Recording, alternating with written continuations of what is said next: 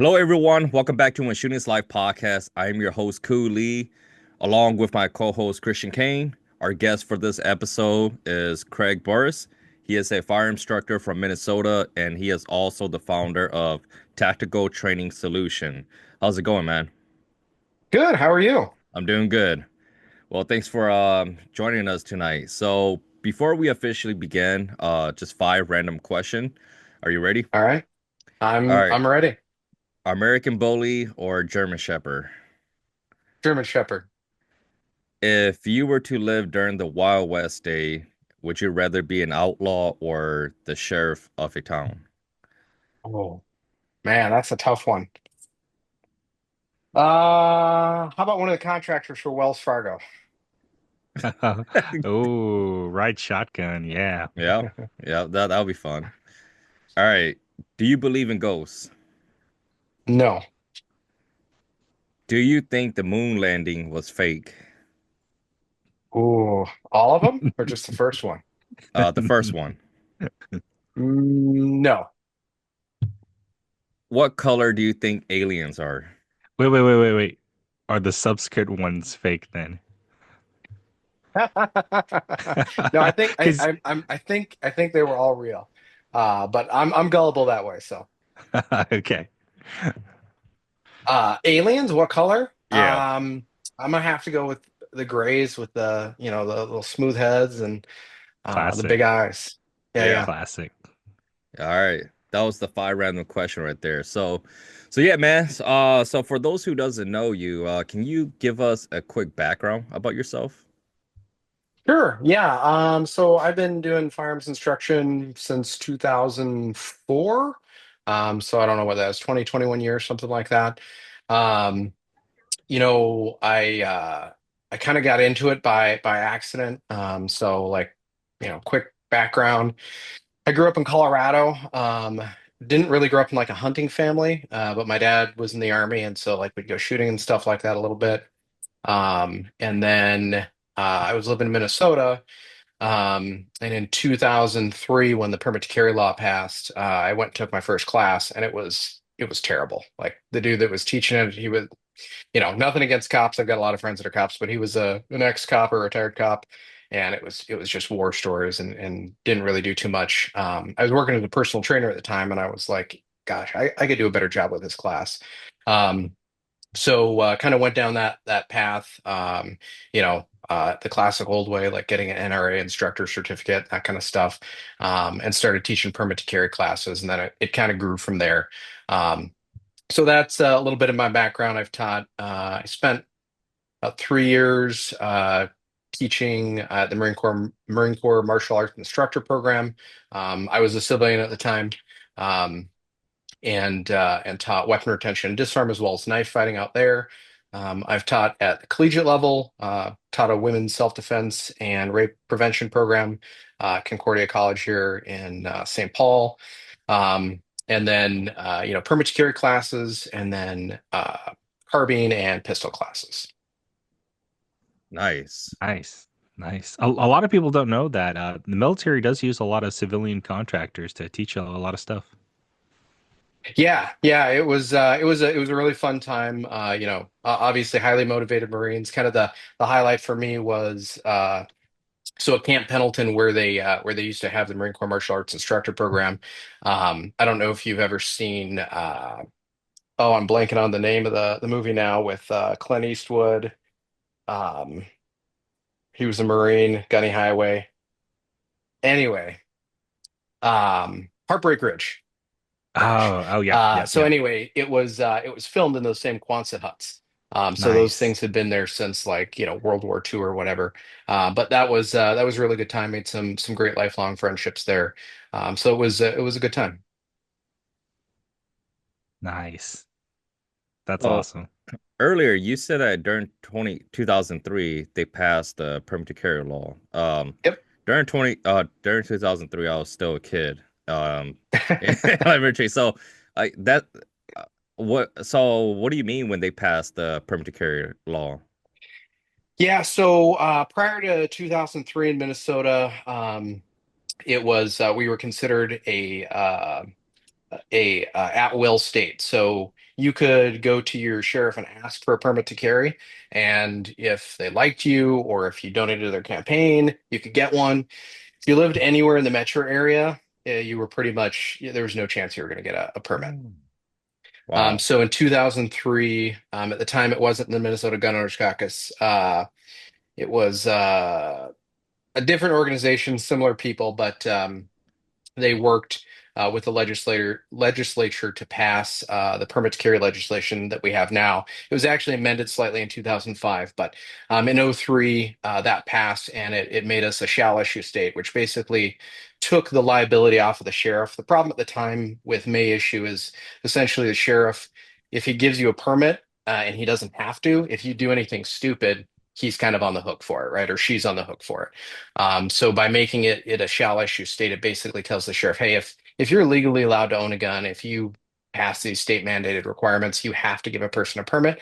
That takes the liability off of the sheriff, and makes it a lot easier for them from a legal perspective to issue those permits. I would love to see constitutional carry in Minnesota. Iowa has it, and for a long time, Iowa was just as I'll say left as Minnesota. So I think there's potentially a chance at some point in the future. But yeah, prior to that, you could not carry a firearm in Minnesota concealed unless you were one of those few people that was able to get a permit or you worked in security or something like that. Um, so it was a big change. I had moved here from Colorado where you could get a permit to carry, so it was quite a bit different. Speaking North of Carolina's. yeah, Oh, yeah, go ahead, I was Christian. Go just going to ahead. say, North Carolina's kind of going through that right now. So the law, well, I'm sorry, the bill has passed through the legislature, so it's going to the governor's desk to be signed for constitutional carry in North Carolina. Awesome. So yeah, so typically when you see things like that, essentially anybody who's teaching concealed carry classes, it's kind of the end of that. Nobody really wants a Yeah, concealed carry permit once it becomes constitutional carry in the right. state. You don't need one, but a lot of people don't understand there's a lot of benefits in North Mhm. Carolina when you have that concealed carry permit. I don't know if it's the same in Minnesota. Essentially, that counts as your background check. So you don't need to do Mhm. that 15-30 minute NICS check whenever you buy a firearm. It's a very quick 2 minute process. You fill out the 4473 and then you're good. Um, and on top of that, a lot of people don't understand that. Although some states may be constitutional carry, I believe it's almost 40 states, a little bit less than 40 states right now have constitutional carry on the books. But it doesn't necessarily mean that you can carry there without a permit. Some states you can. A lot of those states you can only carry without a permit if you're a resident of that state. So Yep. a lot of people don't really understand that. Well, if you want to travel outside of your state with that concealed carry firearm, you still need a concealed carry permit. Yeah, for sure. Yeah, and that's definitely an aspect that I think is worth looking at, especially with the Twin Cities metro here. We're so close to Wisconsin, a lot of people kind of go back and forth. So there's even if we had constitutional carry, which I definitely support, there would still be some benefits to getting that permit to carry. And if we ever did pass constitutional carry, I would really hope that at a state level they would make some free training available because Minnesota has some very strict laws as it relates to use of force. Some very complicated laws as well because most of it's based off of case law. It's not actually any legislation that was passed by our elected representatives, and so it gets very murky very quick here. North Carolina's Department of Justice, they have a booklet that kind of goes over all the guidelines and all the rules for concealed carry, and so you have to buy that from the Department of Justice. And so a bunch of the concealed carry instructors they got together and they said, "Well, why do you have to buy that? If it was Yeah, state funded, can't you just post that for free?" And they're like, "No, it's copywritten material." And we're like, "What do you mean it's copywritten material? We paid for that with taxpayer right. dollars." Yeah, Oh my gosh, that's never got to good remember that. politicians. Yeah. Damn. Well, not now do you understand why I don't carry when I'm by myself, Christian. No, that's that's on you. That's not on politicians. All right, let's move forward to our first question. So, the first question we have for you is What are some advice you could give to people that are looking to purchase their first handgun? Yeah, that's a good one. I actually I was just doing some permit to carry quals last night. Very nice lady showed up and her husband had picked a gun for her. It was an all steel 357 snub nose revolver.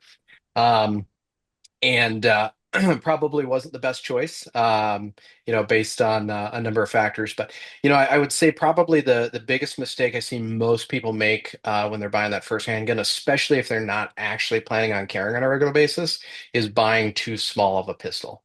I see a lot of people come in with a gun that they look at and they're like, well, it's little, so it must not have much recoil and it'll be easy to hold and all of that stuff. And then they crank off their first round with it and they're immediately taken aback. So probably the biggest advice I would give is for your first gun, don't buy something that is too small. Um, the second piece of advice I would give is understand that buying a pistol is not a marriage, right? It's not a hard thing to get out of. So, a lot of people, when they come, if they're struggling with their gun, I'll give them a 22 and kind of work on fundamentals with them. And they really enjoy shooting it. And that's one of the things I'll tell them is, hey, like it's fine to start with a 22 or get a 22 and learn those fundamentals where you're not having to, process so much with the noise and the recoil. So, I think that's a good option as well. But people very much kind of look at it like they're getting in a marriage or they're buying a house. It's like I'm stuck with this thing forever, so I've got to buy the perfect gun the first time, that'll fill like every role. And that's where I think people probably miss the boat the most. The other thing I would say is, if you have an opportunity, if you've got like an indoor range or gun shop near you that rents pistols, go in and check out 10, 15 pistols that you think you might like and then narrow it down to maybe 3 to 5 and take those out, rent them, and shoot them and see which ones kind of work for you naturally. Um, because if something is relatively easy for you to shoot with, very little experience with it, it'll be easier to get good with, right? Most people, if I put a, snub nose revolver in their hand, they're not naturally going to be as good at shooting that as they would a number of other pistols. Um, and so it's not that you can't overcome that, but it takes a lot more training. And the average gun owner, if we're honest with ourselves, doesn't shoot nearly as much as they probably should. And so that's something I would say is find something that you're comfortable shooting that's not too small for you, and work up from there. If it's something that you're thinking about carrying, obviously size becomes a consideration. But when you're first learning, it's really tough with some of those smaller pistols for people, and I think a lot of people do themselves a disservice. And then what ends up happening is they just either they don't carry it, or they don't shoot it, or they don't carry it and they don't shoot it, and it sits in a drawer. I'll kind of piggyback off that question. Yeah. What's some of the worst guns you've seen show up in your classes? Oh man, that is that is a tough one. There's going to be a lot of people mad about this one, but generally, if somebody shows up with like an old Ruger, like P89, they're gonna be a terrible shot. Like they got that gun from their dad and haven't shot it. It's not that the gun's necessarily bad, um, but honestly, some of the worst guns that I've seen come into class are typically, as far as pistols go, are typically kind of some of the, I'll say, Gucci guns. People go out and buy something that looks really cool. Um, has a comp on it, has a mag well, all of that stuff, but they don't really understand everything that goes into that, and a lot of guns with comps are more finicky on ammo. They're typically some kind of a Glock clone that may or may not run as well as a stock Glock does. And I'm not against it. Like I've got a lot of you know, tuned up guns with comps and stuff like that. But you've got to have a good understanding of how that works. Very much for good reliability in guns, it's kind of like cars. You buy like a Honda or a Toyota or something. It's not flashy, but it runs, and you can do a lot with it. The same thing as far as firearms go. I think especially until you really decide you're an enthusiast and you want to get into it, something a little bit more simple tends to work better. Um, but outside of that, I would say certainly in the last 5 or 10 years, I see a lot less crappy guns come through classes. People there's a lot more education out there. There's a lot more reviews, which is awesome. And so I see a lot less of it. Typically, the worst guns I see come through classes are actually in rifle courses, where somebody's got a home build or a kludged together gun that just does not run. It's improperly gassed, or the buffer springs are too heavy or too light, or they've got bad mags, or they bought a $20 red dot sight off Amazon that comes flying off after the first 10 rounds.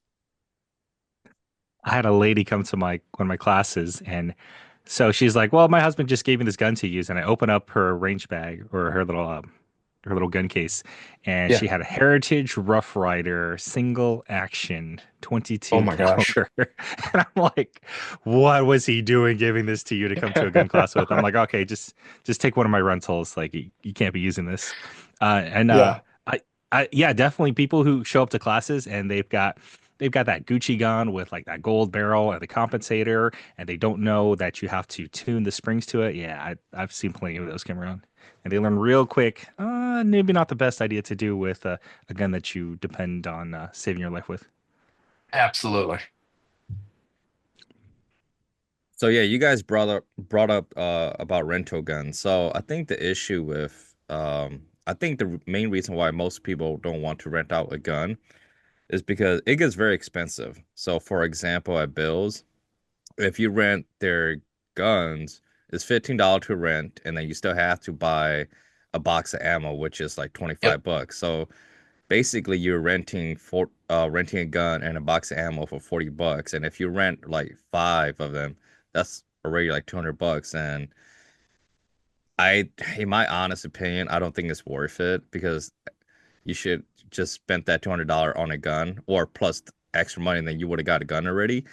I think that's one of the main reasons why people don't rent guns because of the price. And I get it. I understand that you have to buy the ammo for liability issue, but I feel like we should have the option to use our own as long as we have factory rounds, and we Hmm. should just pay for the rental and not the box of ammo. I think if they do that, people will rent more guns. For Yeah, sure.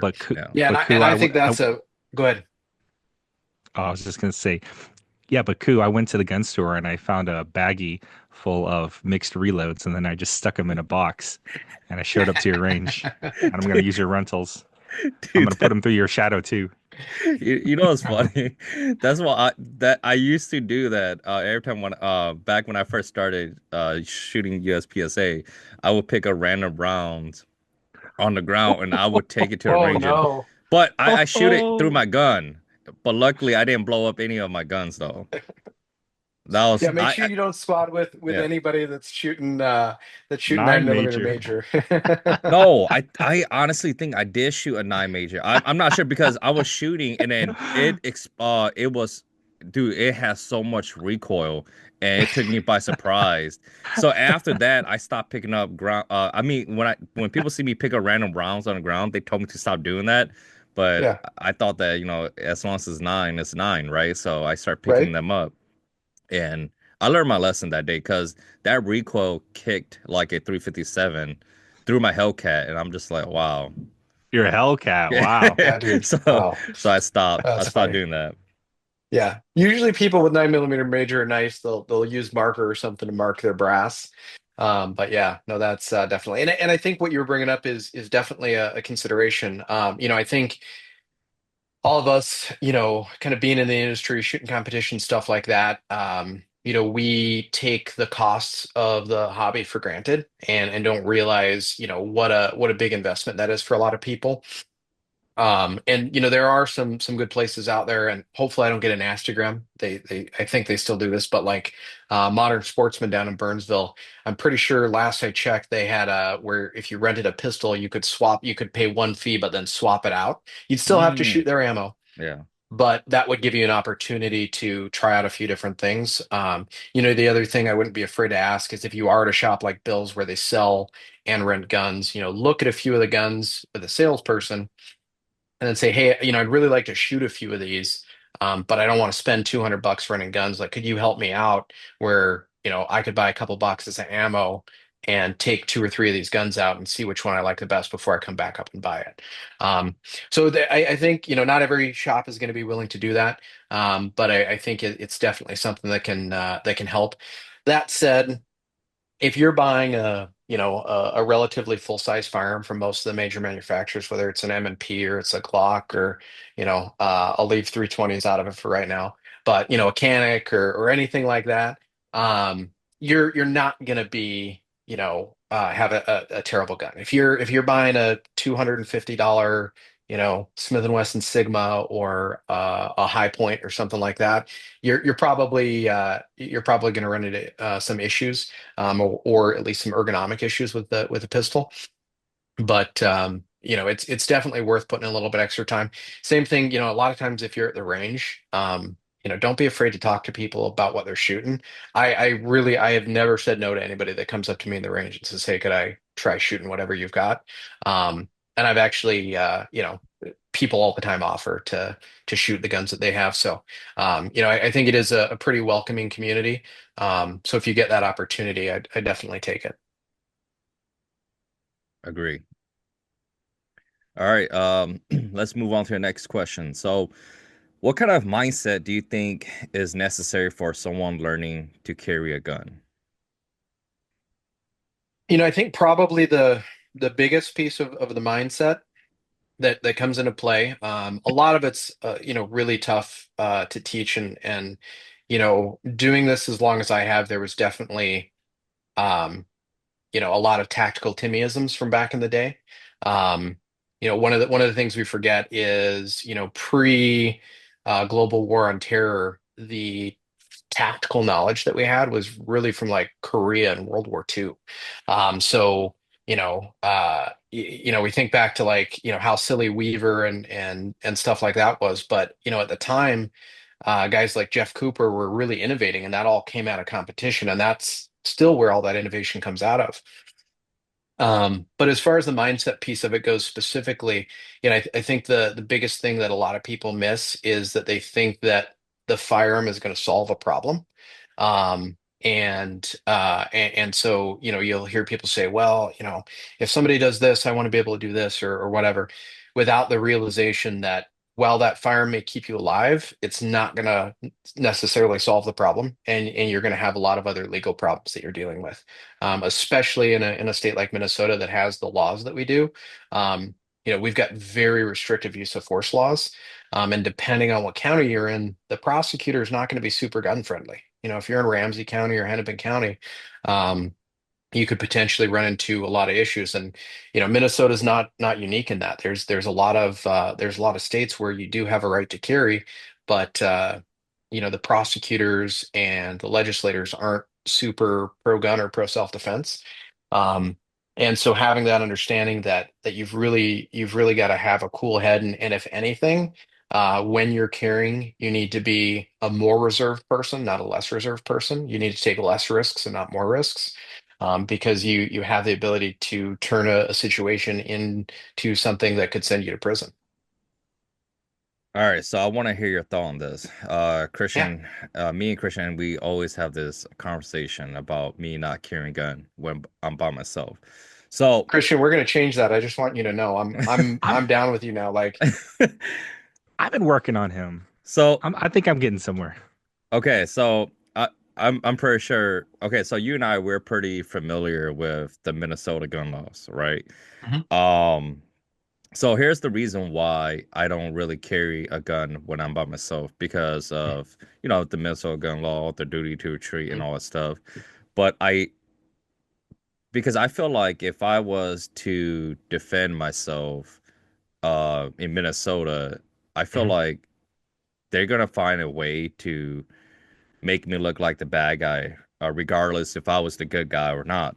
Mhm. Compared to if I was to use the gun to defend my wife and kids.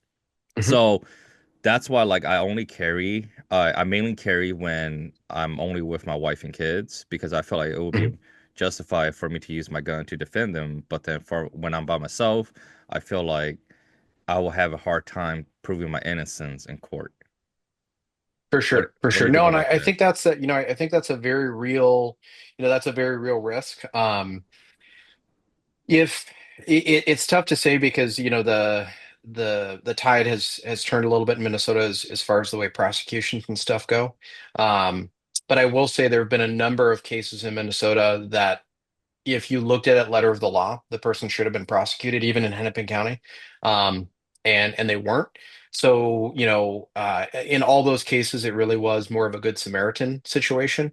Um, but I can also point to cases where people were trying to do the right thing and made bad choices, and ended up getting themselves in trouble. Um, I very much look at it the same way I do a seatbelt.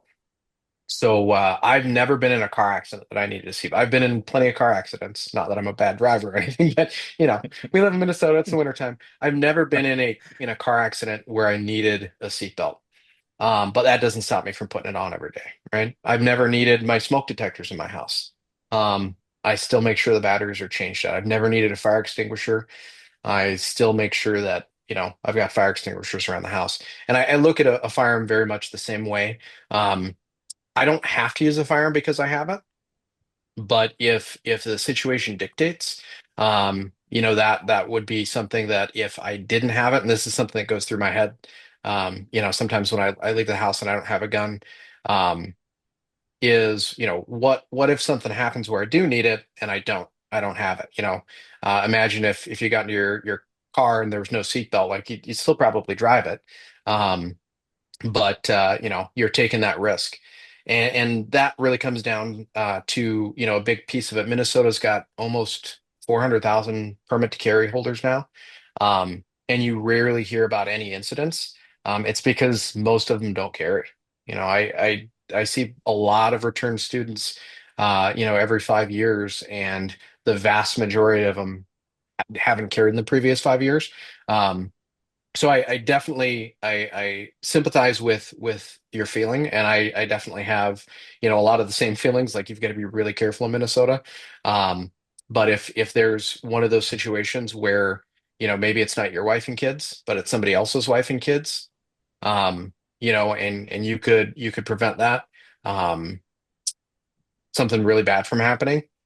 Maybe that's something that would be worth it. But it is a personal decision, and that's what I tell every student. Like, if you use your firearm, the first decision you have to make, you can't go through all these legal loopholes and run back every Supreme Court case in your head. You've got to make a decision. Is this worth dying or going to jail over? Because ultimately, that's the situation you could put yourself into. And if it's not dying or worth going to jail over, it's not worth pulling your gun out over. Um, and so in those situations, if you are carrying, you don't have to pull out your gun, right? You can walk away from that situation potentially. Um, but if you look at a situation and you say, no, this is worth dying or going to jail over, um, you have that option to make that choice at least. And Yeah, now it's and my mission to make sure that you start carrying every day, man.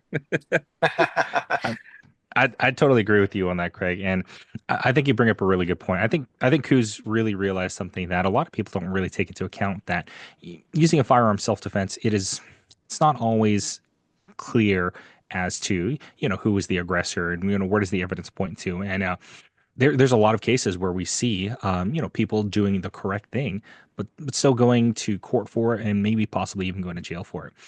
On Yep. the other hand, I can probably think of way more stories of innocent people having their lives taken because of evil people.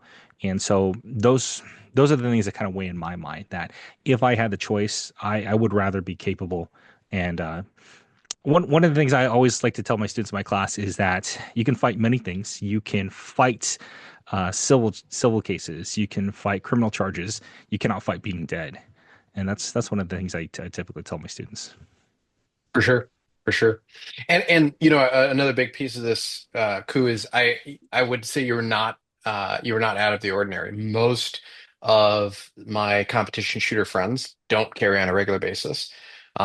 And I wish I could change that because of all of the people that have the skills, right? Know a lot of people who do carry on a regular basis, and unfortunately, their shooting skills do not level up to even a D class shooter. So I would love to see more competition shooters carrying because of all of the people who have the skills. Um, you know, competition shooters are some of the best suited.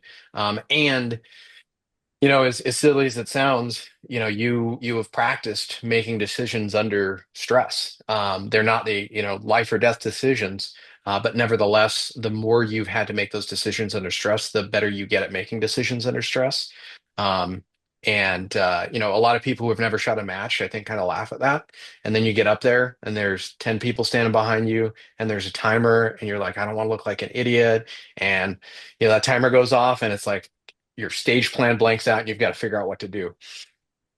So I do think it would be good for more competition shooters to carry on a regular basis, um, and get involved politically. But we can leave that for another question if it comes up. But what if let's just say a competition shooter was to defend themselves and then the prosecutor used their skills against them? Yeah. I mean, I think a prosecutor is going to look for every way to try and push on that. Any, not just competition shooting, but anything. If you don't shoot competition, they're going to take in your lack of training, right? Oh, you've Mhm. only met the state minimum. Like you've never taken another class. You went and took a permit to carry class, and that's all the shooting you've ever done, right? Um, so a prosecutor is always going to try and paint the worst picture of you as a person. Um, and so I think that's you just have to take that for granted. I think a good expert witness is going to point out the fact that a competition shooter has practiced making these decisions under stress. You've practiced not missing shots, right? Which is a very big piece of it. And that you've really put a lot of time and effort to making sure that you take the responsibility of carrying a firearm seriously, much more seriously than most people who don't go out and shoot, matches every weekend and do dry fire practice and do all of that stuff. So I do think it's a relevant thing to think about that could happen. But at the same time, I think even if you weren't a competition shooter, they're gonna find something to use against you in that way, and a lot of that comes down to kind of preparing yourself if you ever had to use force, making sure that you're not making statements and you have a lawyer present, things of that nature that will really help you out in your legal case. I think you brought up a really good point there that a lot of people don't appreciate. Don't talk to the police without a lawyer. There's been so many people who would have had a much better chance in court if they had just simply just you have the right to remain silent, use it, because when it Yep. comes down to it, in that courtroom, you only have one friend, and that's going to be your lawyer. And so it's always in your best interest to just to zip up and wait until you get a chance to talk to a lawyer about it. Absolutely. I mean, if you think about just the way the Miranda reads, it's, you have the right to remain silent. Anything you say can and will be used against you in a court of law. It doesn't say can and will be used against you or to help you, right? And it's not that cops are out to get you or anything else, right? You look at even the way law enforcement are treated. From a law enforcement perspective, if an officer's in a shooting, the first thing the other officers do is, get him out of where everybody's investigating everything and put him into a squad car. So that nothing comes out of his or her mouth that's potentially incriminating, even if they don't mean to be. I think one of the things people forget about is, if it hits you that you've taken the life of another person, even if it was just, there's a lot of emotions come out of that. You may even feel guilty about it. You start expressing that guilt on camera, and all of a sudden you start looking like a guilty individual. And so whether you're a civilian or a law enforcement officer, I think it really is important to make sure that you've got a lawyer present because they're going to make sure that the statements you make are truthful, but also don't put you in any legal or put you in the lowest amount of legal peril possible. Oh, absolutely. Absolutely. Mm, yeah, that's the scary part, the aftermath of the shooting. Absolutely. All But if you right. have a gun, you'll be there for the aftermath. That's right, man. Maybe I'm just playing a gray man role and then let everyone know that I'm not caring, you know. And next thing you know, I'll be like, "Gotcha, bitch." That's This right. is public. You publish this on YouTube. Like the whole If world I knows see now. if I see you mall, I'm gonna come pet you now, and I'm gonna find out you've got a gold Desert Eagle in your pants. I'm just joking, but yeah, I agree with you guys, and I totally understand where you guys are coming from. All right, all right. So next question, in your opinion, which one is better, pepper spray or a taser? In a perfect world, a taser would probably be better, but we don't live in a perfect world. Um, I actually thought I've got my video of getting shot with a taser. I was gonna put it in that Google Drive and send it to you, but then I was afraid you'd publish it because I scream like a little girl. Really quick, which one's worse, pepper spray or a taser? Oh gosh, that's tough, man. You know what? So when I got tased, I had a cramp in my calf for about a week after Ooh. that. Oh. But I've been pepper sprayed a lot. So I used to work in non-lethal weapons development, Hmm. and so I got pepper sprayed and shot with pepper balls a lot. And the reason I think pepper spray is worse is because the effects last a lot longer. But back to your question, I would say for the average person, I think pepper spray is a better option for a few reasons. One, you get more than one shot. Um, Two, it gives you you're not as I won't say you're not as limited on distance, but having the understanding that with a taser, like a civilian taser, I think the cartridge has like a 15 or 20 foot. Uh, Really, really yeah, go quick, really ahead. quick. For the audience, can you explain to them the difference between a taser and a stun gun? Because most people don't know the Absolutely. difference. Absolutely. Yeah, no, that's a very good point. So most of the things you see in movies, somebody like clicks and you see a little arc between the pieces, that's a stun gun. And a stun gun works purely on pain compliance, and they're pretty easy to fight through. Um, in fact, if I ever if Christian, if you're ever in town, I'll have you and Ku over for some drinks. I've got a little stun gun baton, and we can see who can take the most. But in any case, I'm stun down. I'm guns. down. I like it. Stun guns are definitely. I would say stay away from stun guns 100%. They if you hit me with a stun gun, I'm just going to punch you in the face that much harder. Um, but a taser specifically, and this is what you'll see police use, they fire out probes, um, and those probes stick into the body, and it uses electricity in a specific waveform that disrupts the neuromuscular pathway. So the electrical signals from your brain to your muscles get interrupted, and that specific, think of it as static for your muscles. It kind of makes all of your muscles lock up and you can't move while it's on. And then once it's off, the effects are completely gone. But when those probes shoot out, they're connected to a wire that's connected back to the actual taser. So you've got on a civilian version a 15 or 20 foot range. The problem is if it's a 15-foot range and the person's standing at 15 foot 1 inches, those probes come out and stop and fall and don't make a connection. So that's an issue with tasers number one. The second issue is those probes have to make good contact. So depending on the clothing the person's wearing, they may or may not make good contact. And really, for it to be optimal, you've got to get one probe above the waist and one probe below the waist. If both of them hit in close proximity, the neuromuscular interruption really happens very locally. So if you get hit in the back, like your right side might not work very well, but your left side's still working fine. And that's where you'll see in a lot of police videos, somebody gets hit with a taser and you'll see him kind of swipe the wires down. It's because it hit on one side and those probes were too close together. If you get a good solid hit, like in a butt cheek and the upper back, I don't care who you are, you're getting dropped, right? But getting that perfect placement is very difficult.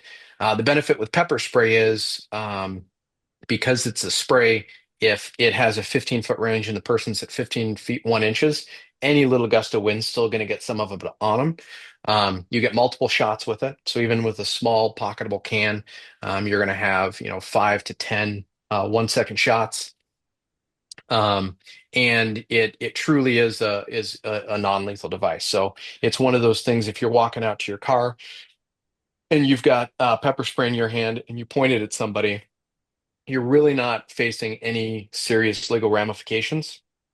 Um, whereas with a firearm you would. And pepper spray is pretty hard to mistake for a gun, where a taser can be pretty easy to mistake for a gun. And if you were in the wrong situation, you pointed that taser at somebody, they thought it was a firearm, and they ended up shooting you. That they could potentially be legally justified in that. So I don't think a taser is a bad solution, but I think pepper spray is a better solution. Also, if you just consider the size of it, I don't have pepper spray on me, but pepper spray is like roughly this size, something you can carry in your pocket. Um, Whereas even the civilian taser is like the size of a stapler. So, Yeah. I mean, imagine carrying this thing around in your pocket. Like it doesn't really work that well. So I'd say pepper spray is a really good option. The other thing that pepper spray works really, really well for is animals, specifically dogs, right? I've certainly been charged by a number of dogs who probably didn't mean me any real ill intent, right? I was just walking by their house and they got freaked out and were barking. Um, if you pepper spray a dog, they've got very sensitive noses, and they don't like pepper spray much at all. Same thing with a lot of wild animals. So it gives you some alternative force options, even if you are carrying a firearm. So I definitely recommend pepper spray to everyone, even if they are carrying a firearm.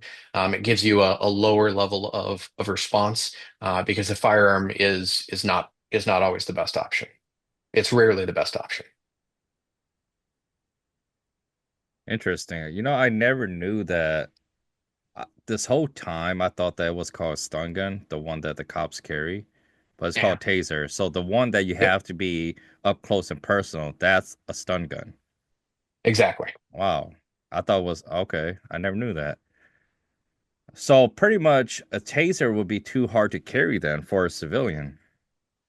I don't. It wouldn't necessarily be any harder to carry than a gun, but it is definitely not easy to carry. Yeah. I mean, it's a considerable size, and even most of the stun guns are pretty good Yeah. size.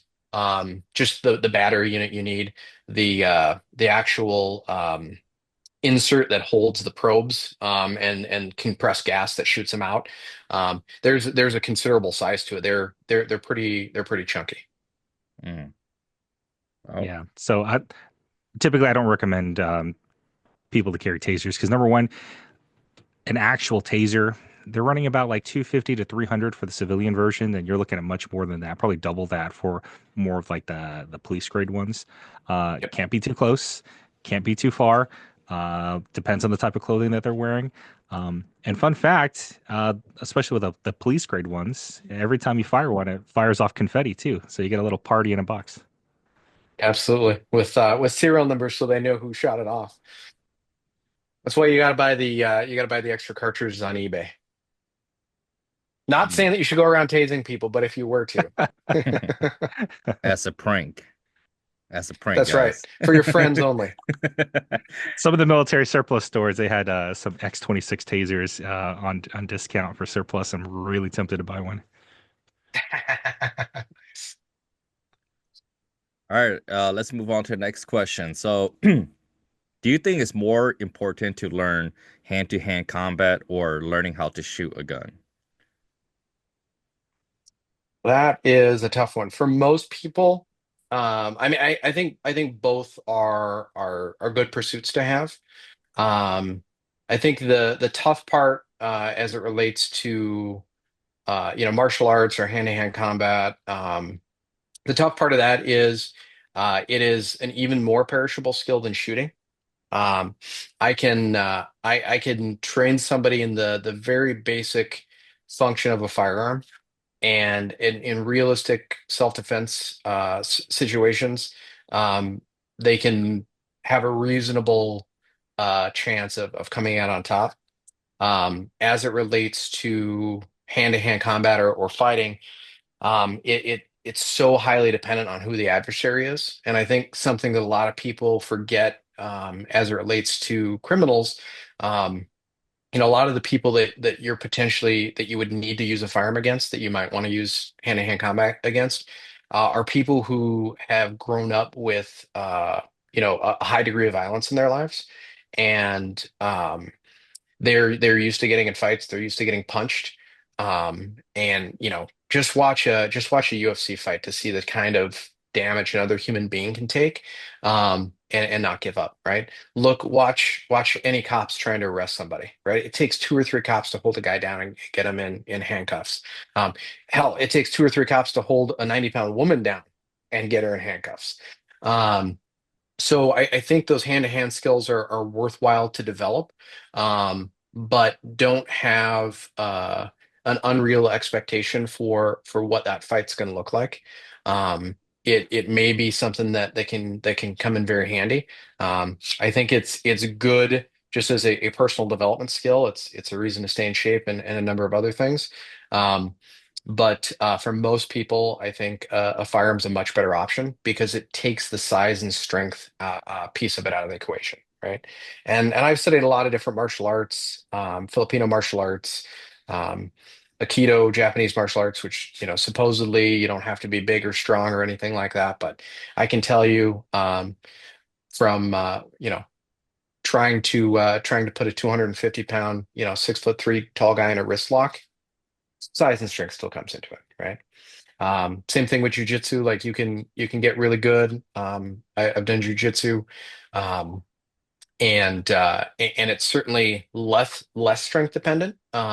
But nevertheless, typically if you're at a jujitsu class, you don't have that person punching you in the face, and that adds a whole new element to it.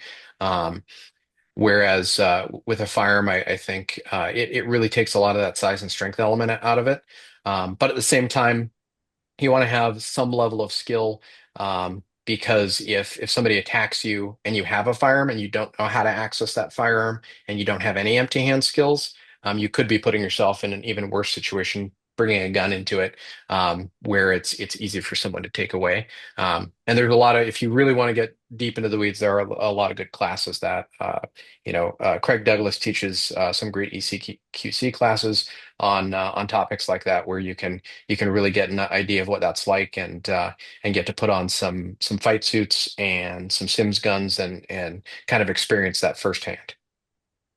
Oh, that's on my list of classes I want to take. Everybody tells me to take Absolutely. Craig Douglas ECQC. Looks like a lot of fun. Make sure and book like 4 days of vacation after that so you can heal up. I've heard that. I've heard that. So I know that the size and the strength matters a lot in Minnesota self-defense law.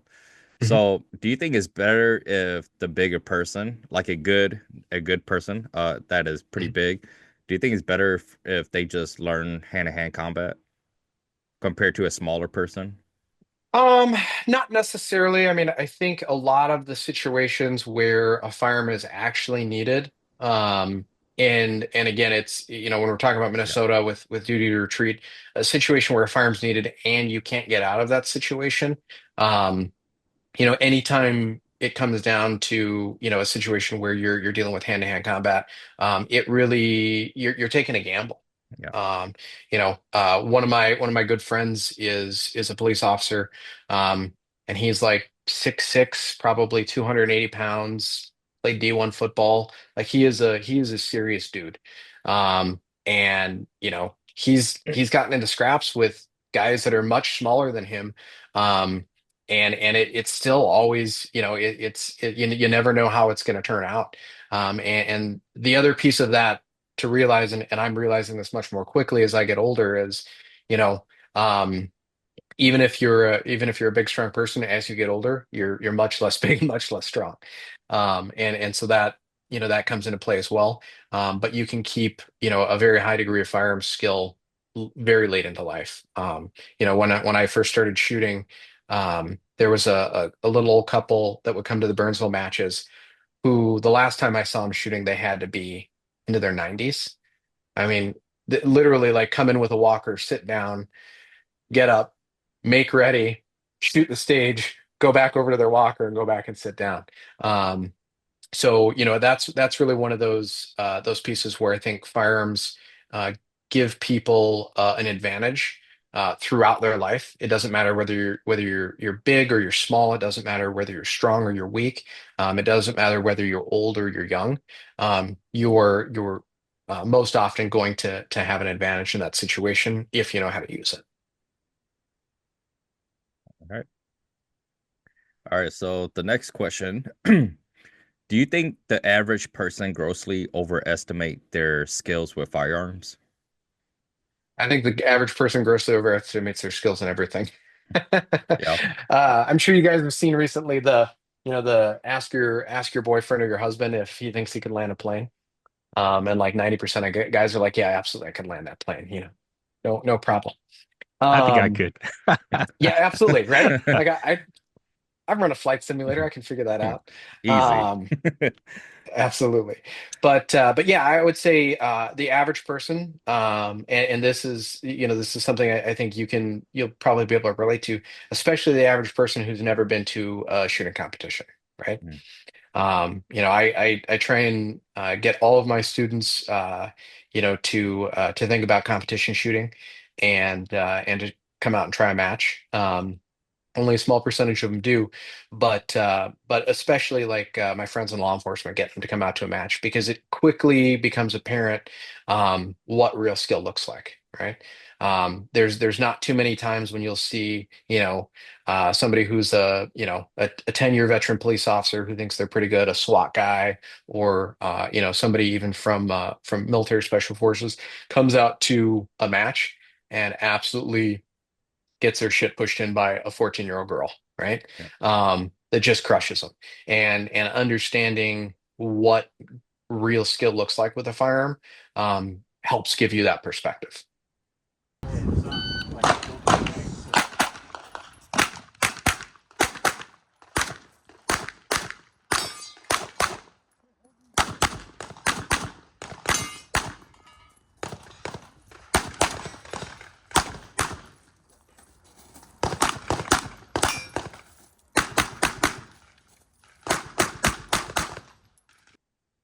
So speaking of competitions, for someone who trained law enforcement and the military, do you think something like USPSA is beneficial for them? Will be beneficial for them?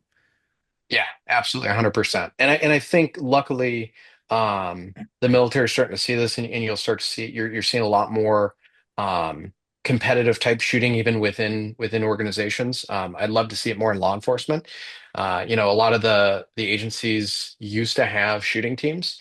And I don't know if Minneapolis does anymore. I don't think they do, but I know I used to see them come out to matches at Forest Lake like 10, 15 years ago. Um, and competition shooting absolutely has very practical application there. Fundamentally, I think when you come down to it, you remove all of the tactics, the law, all of that stuff out of it, and what you're talking about as far as competition shooting is it's hard skills, right? That's the modern term for it. It used to be fundamentals, it was basics before that, but it's the hard skills related to shooting. Can you quickly access your firearm? Can you quickly deliver accurate hits on multiple targets? And whether those, if you think about it, there's rarely going to be a case, you think about a USPSA stage where you're shooting at 14 different people. Um, but you think about one person moving, right? And that's similar to shooting 14 different targets. You're having to track to find the next target or where that person would have moved, put your sights back on it and re-engage. So I think that's hugely beneficial, and very rarely I think will you see top level professionals um, in those organizations that have different opinions. And I know, there's a lot of guys that are coming out of the tier one units who are involved in competition shooting while they're in, and again while they're out because they're really seeing the benefits of that. If you look at like CAG or Delta Force for ever.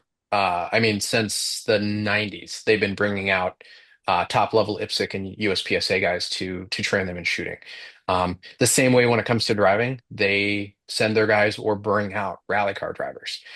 Because if you want to learn how to drive a car, you learn how to drive a car from a race car driver. You want to learn how to shoot a gun, you learn how to shoot a gun from a guy who races a gun, right?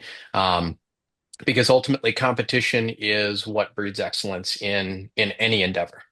Um, and if you can increase those skills, especially you think about it from a law enforcement perspective, if an officer has absolute certainty that he can get his or her firearm out of the holster and deliver accurate hits in under a second and a half, they're going to be a lot less likely to feel the need to pull that gun out too soon, right?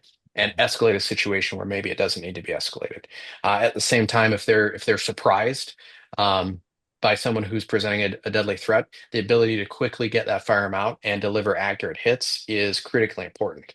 If you look at the national statistics on police hit rates, it's very low. The lower end is in New York, where it's under 20%. I think nationally, it's under 30% hit rate.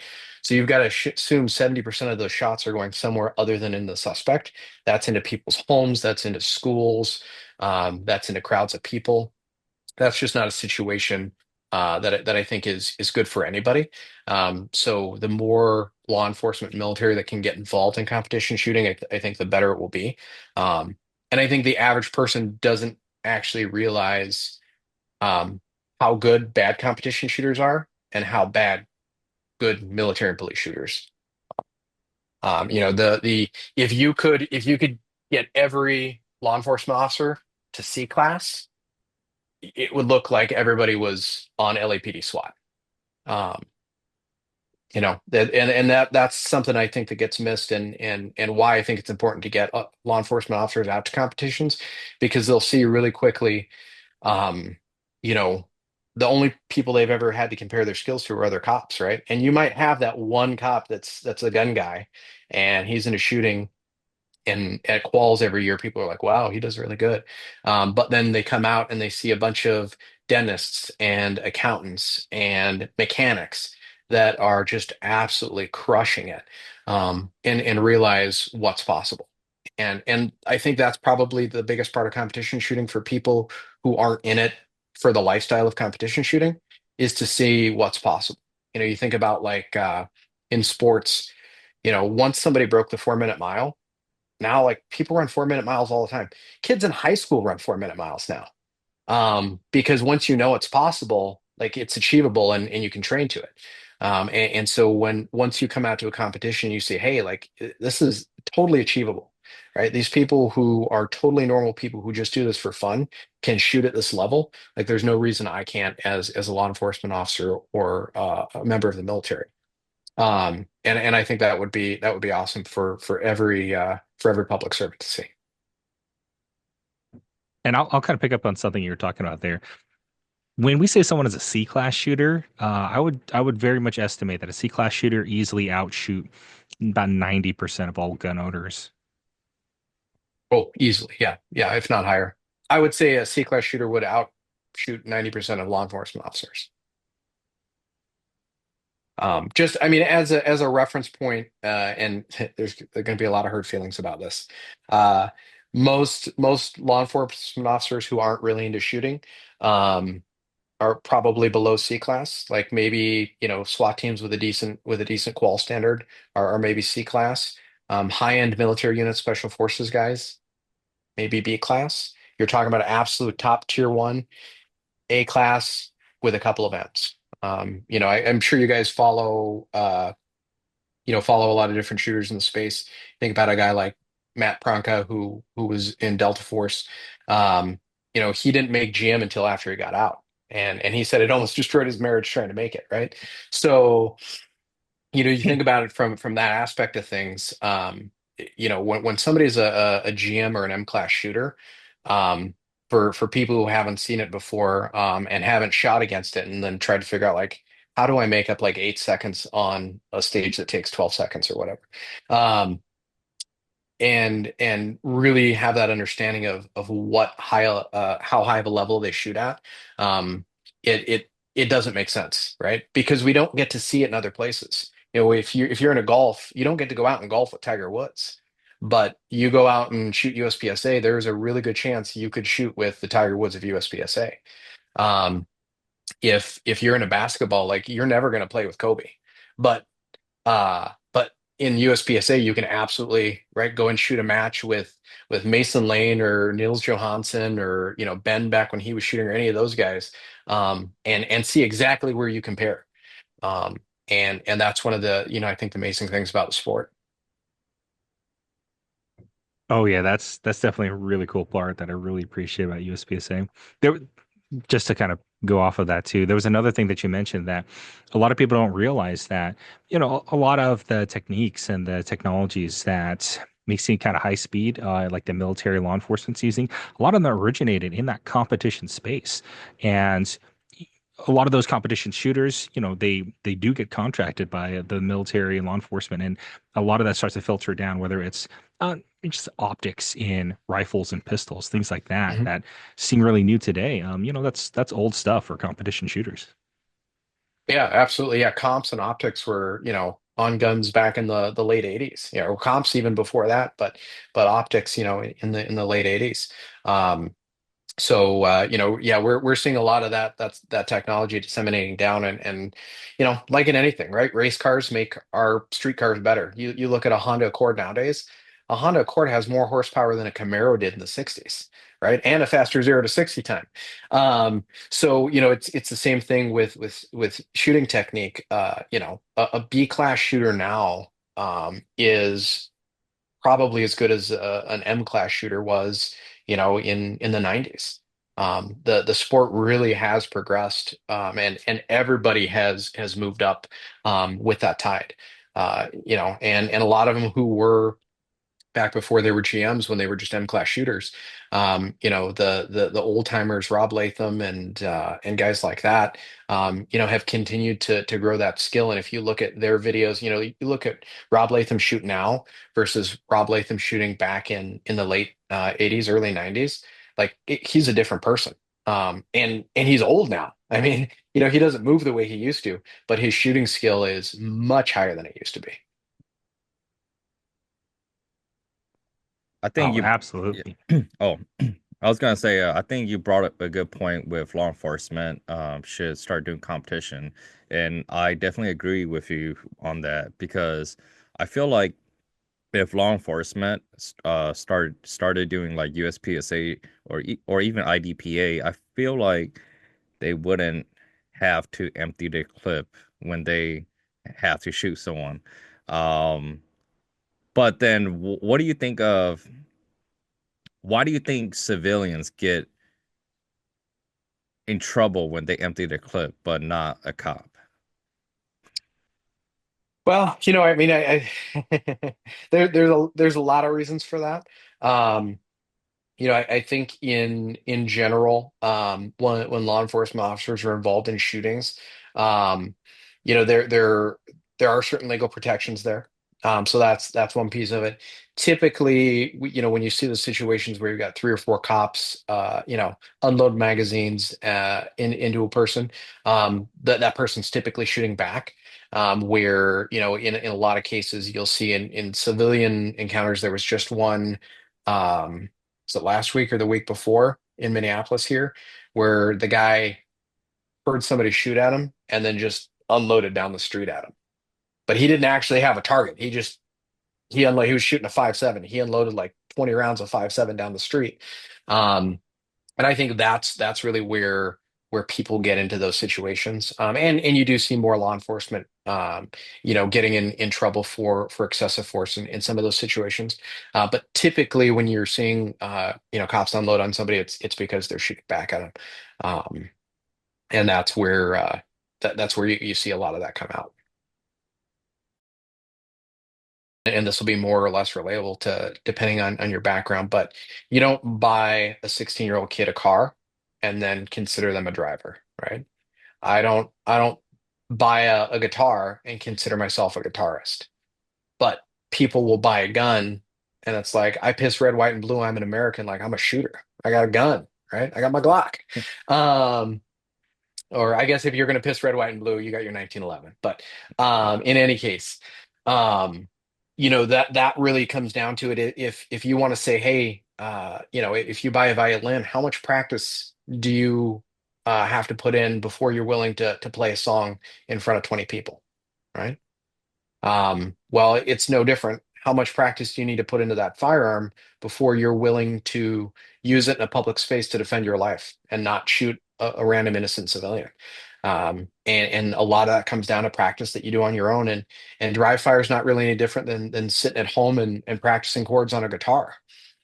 Um, So that that I think becomes a huge piece of it. Also because a lot of the just basic manipulations of the firearm um, take up so much brain power for new shooters that it's hard for them to think about all of the other stuff.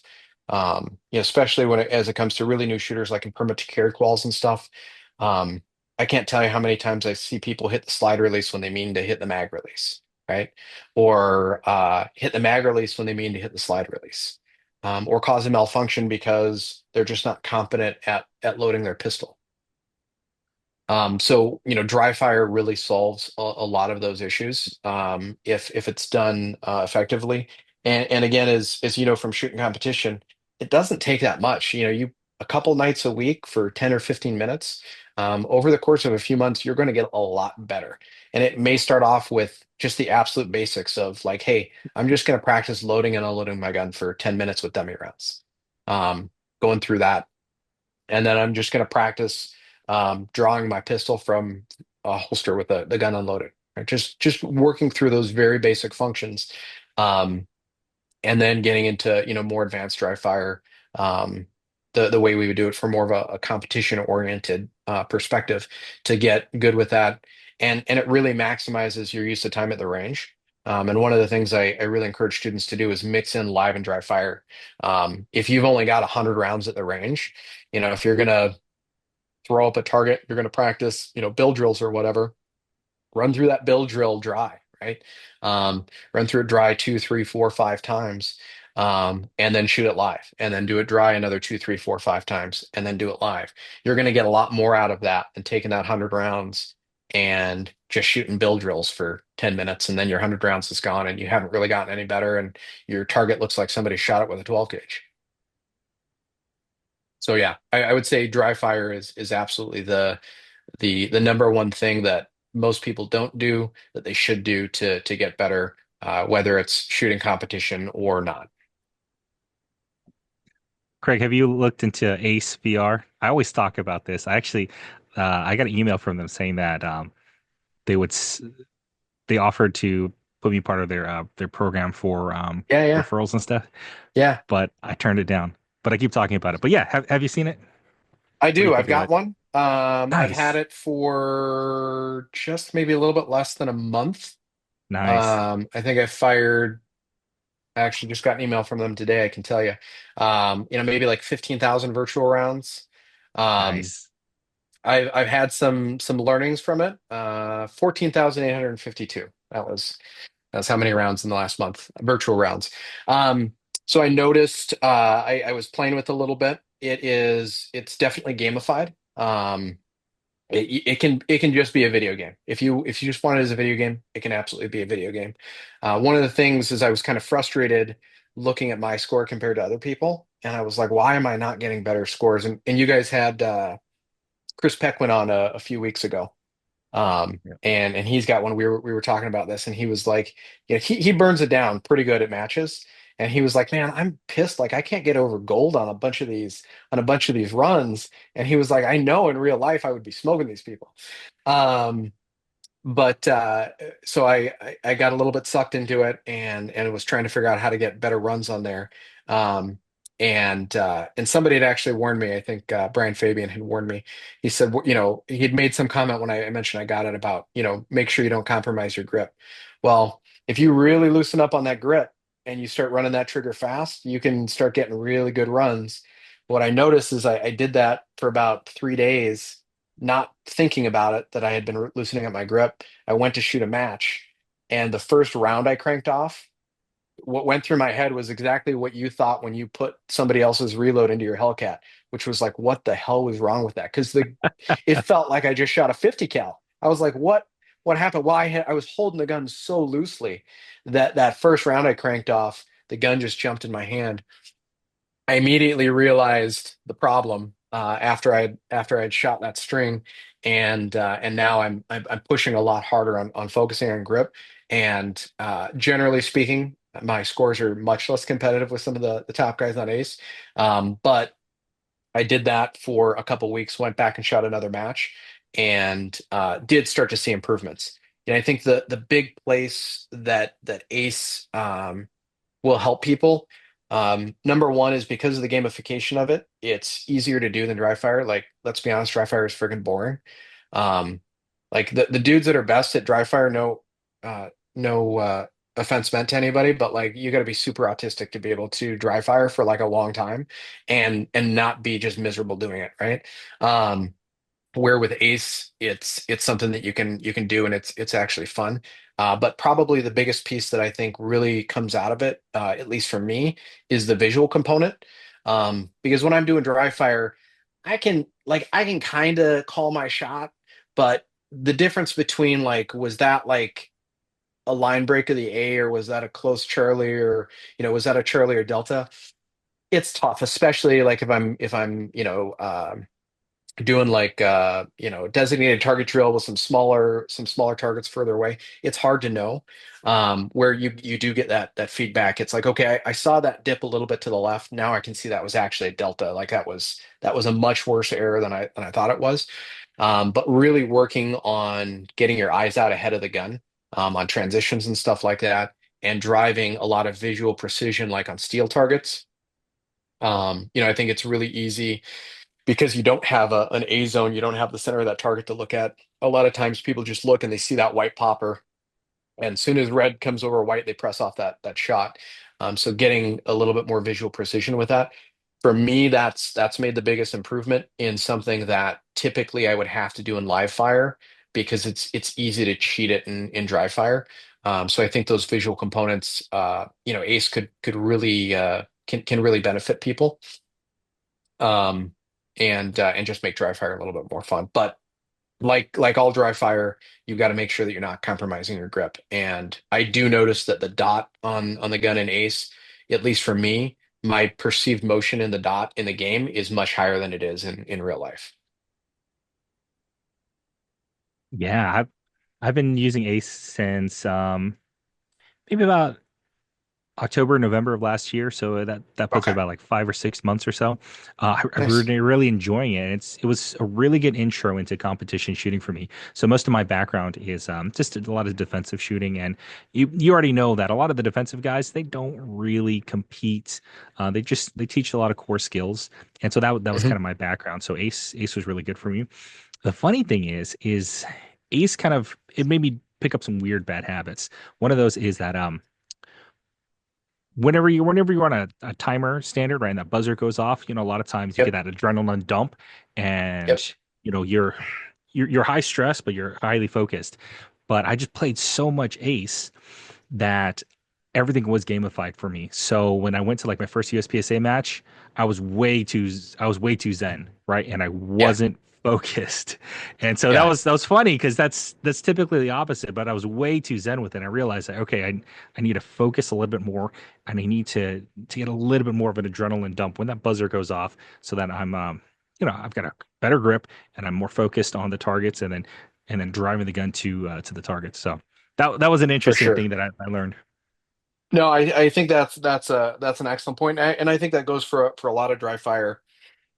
That dry fire has to be constantly tested in live fire because it's so easy to like you said, like get too relaxed, get too zen with it, get too easy in your grip, or whatever, where you've constantly got to be checking that with live fire. And I say that from the perspective of like those hard shooting skills like competition shooting, or doing fast transitions, things of that nature. Dry fire, I don't think anybody needs to like go out and do one reload, one drills for 20 minutes. Like if you can reload in dry fire, you can reload in live fire. um but even with that, on those reloads, after the reload, making sure that your grip's built back up so that you can get that next shot off consistently, and that your grip's not compromised after the reload. But generally speaking, I think a lot of the firearms handling is less necessary to test in live fire. But like you're saying, a lot of that stuff you can go and do it in the game, but then you almost have to go set up a mini stage or something and then shoot it and see like, hey, am I doing the right things? Where are the holes in my practice? Speaking of the Ace VR, I think in order for you to get a high score um in that game, you have to kind of game it. Like for example, if you shoot the HVR, like how you would shoot in real life, you won't get a high score. But if you like stand at a certain spot in the HVR, you can see all the target. And I think that's Mhm. how a lot of like people they score high in the game. Yeah. So Yeah, yeah, you can definitely you can game it a lot harder than you can a stage in a competition for sure. And you can yeah, cheat the hell out of start positions. yeah, yeah. So when you guys play HVR, do you guys reload or do you guys just do a limited round? You know what? That's funny you mentioned that. I didn't find out that there was an unlimited round option until tonight. I was shooting one of the steel stages, and like I shoot a PDP in competition in real life, and so I had like the steel frame PDP in there, and it's only got like a I don't know, a 15 or an 18 round magazine. It's super annoying for the high round count stages. Um, and I was doing something in the settings, and I saw that there was an infinite reload. I was like, oh shit, I didn't know about that. Up until now, I have been doing the reloads. I see some people are doing handsets where you can actually dump and insert a mag. So that is of interest to me because I think it's really easy to build some bad reload habits with Ace Mhm. because you can just kind of hit that mag release and slam right back into it where you're not actually having to get down for the mag. Um, and I if you did that enough, I think you could probably build some training scores there. Yeah, and I think that's something that I've seen real world comparison to. I follow a couple different guys who have started their shooting journey and have made Ace a big part of it, and so they'll do top scores in Ace.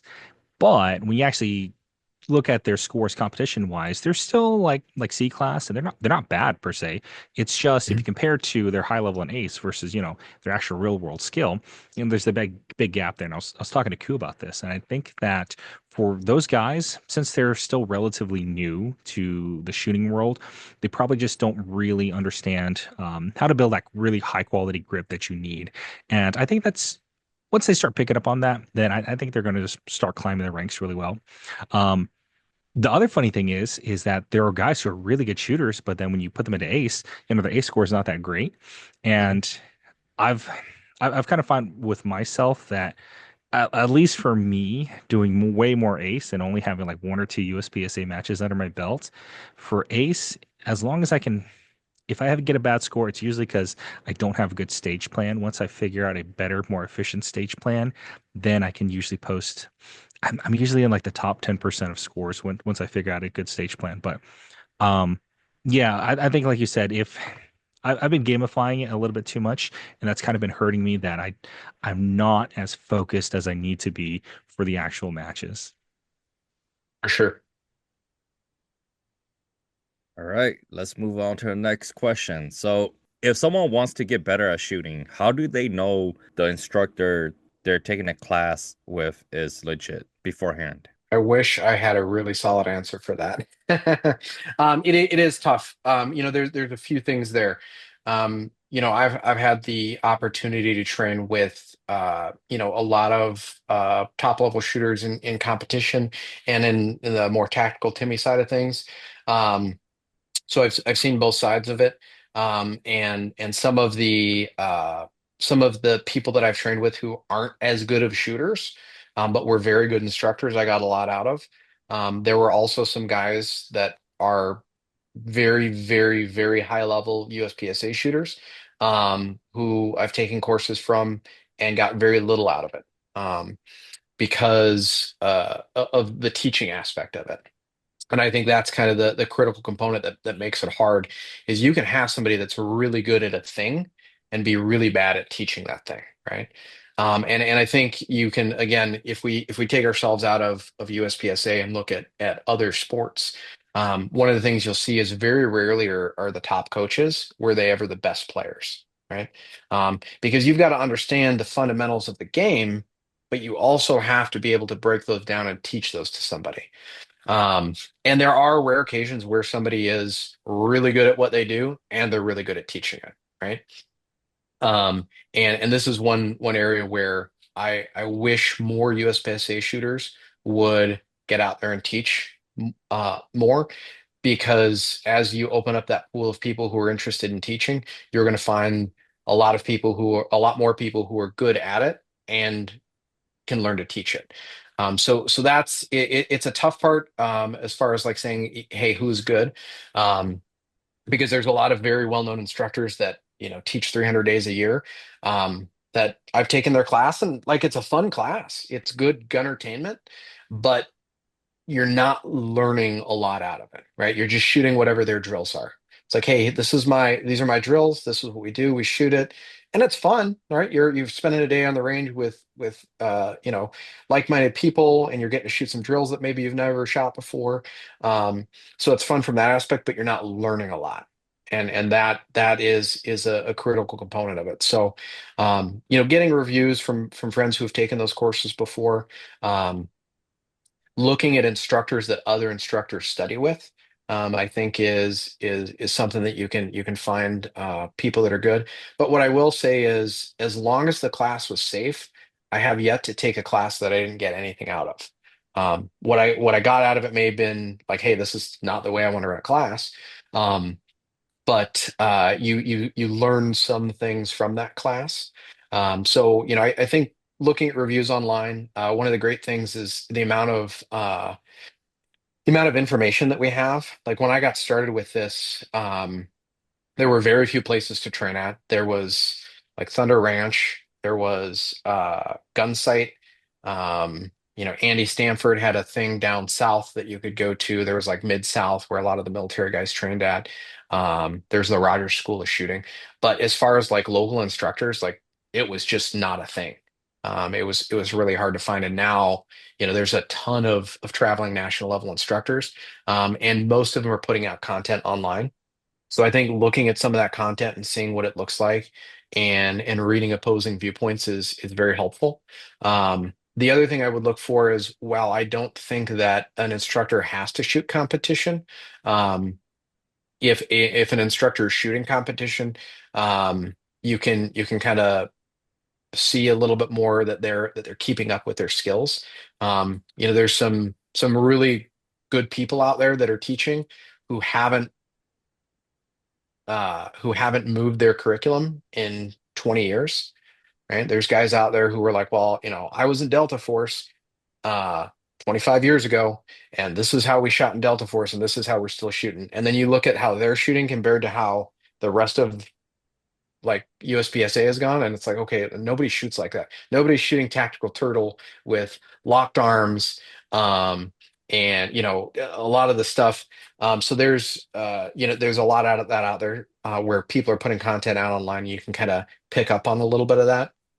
But generally speaking, I'd say for really newer shooters, just get out there and take a class from somebody who seems reputable, who maybe has a little bit of content online.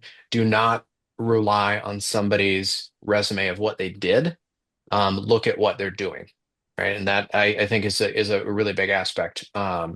Just because somebody was a cop doesn't mean they can shoot. Just because somebody was in the military doesn't mean that they can shoot. So those don't necessarily look for those qualifications. It's not that you should eliminate somebody because they were a cop or they're in the military, but look at what else they're doing. Look at their profile. What other classes have they taken? Who else are they studying with? Even the best shooters in the world, you look at like Ben Steger or somebody like that. That guy still goes and takes other people's classes. And still works actively with other instructors online, and other instructors go and take his classes. So things like that are a good indication that wouldn't be a terrible place to train. That said, as a new shooter, I probably wouldn't go to a Ben Stater class. That probably not the place to start. Starting with more of a fundamentals type class, would be ideal. And I think this is again where a lot of people who are involved in USPSA can do a better job of stepping out, and at your local match, run a new shooters night. Get people out, and you've probably seen this at like Sock and Barrel, where they're Mhm. getting people out there that at when I was at that skill level, I never would have gotten shot a match, right? But Mhm. they're getting out there and seeing what's possible. And it's like now all of a sudden they're like, okay, now I know what I need to train for. Mhm. Now I understand. I see other people drawing a pistol, and I know what it looks like, and I can emulate that, and go and practice that. So getting out there doing new shooters nights.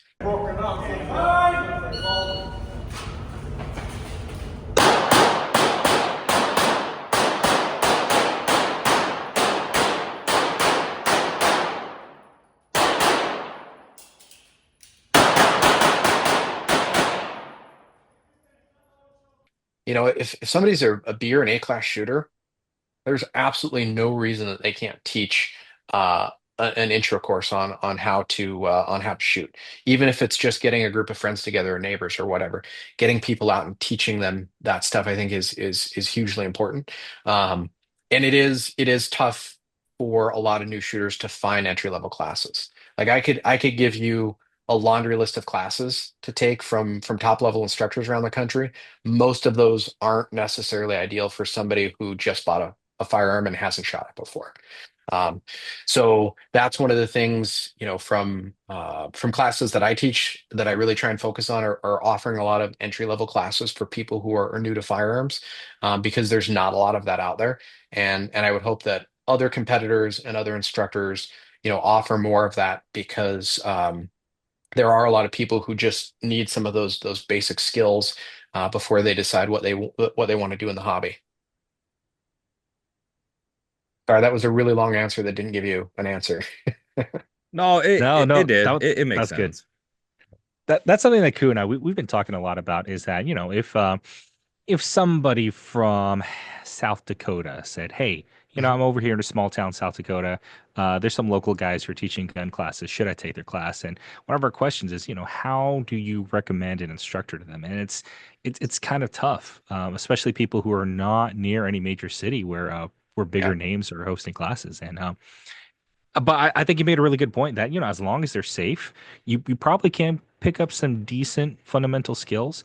Um, but you make a good point that a lot of the bigger name guys like Stager, they're posting their stuff for free. So if you were to take a lot of these local classes, you might learn maybe some older techniques that are not as optimal nowadays. But you follow some of the bigger names online, you can definitely learn some really good stuff to kind of fix some of the things you may have learned.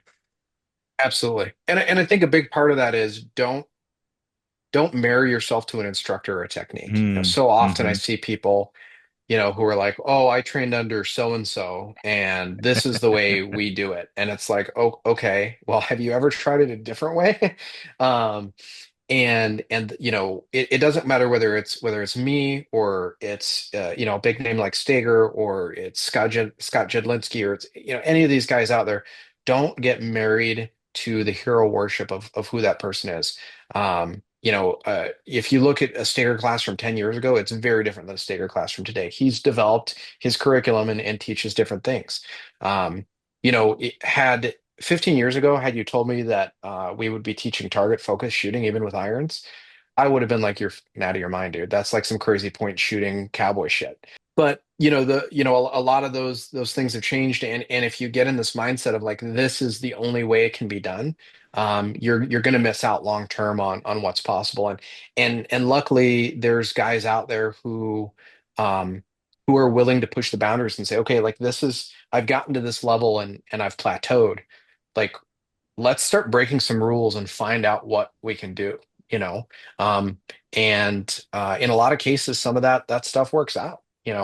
Um whether it's target focus shooting or whether it's learning a red dot before irons. There's a lot of those techniques out there that back in the day we would have laughed at and now are just taken as gospel as this is the way to do it. And 20 years from now it'll be something different, right? We'll learn new and better ways just like we have in every sport, in every endeavor. We're always striving to get better as long as people are competing. And I think that's a great thing as long as you don't get stuck in that hero worship of this is my instructor and he told me this is the way to do it and that's the only way I can ever do it. Yeah, I think you make a very excellent point there. And I don't know if you're familiar with Tom Givens of Rangemaster, but he's pretty old. He's in his 70s now. And one of Hmm. the things I really appreciate about Tom is that if you take a Rangemaster course, I mean, most of his students will be running red dot sights and carrying appendix, and he's totally cool with that. And that's a part of his curriculum now. Whereas if you compare him to like Ken Hackathorn, one of his Hmm. big things now is every pistol is a decocker if you carry an appendix. So Yeah. he's a bit more old school than Tom. Yes.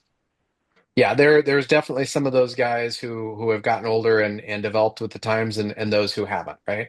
And I think that is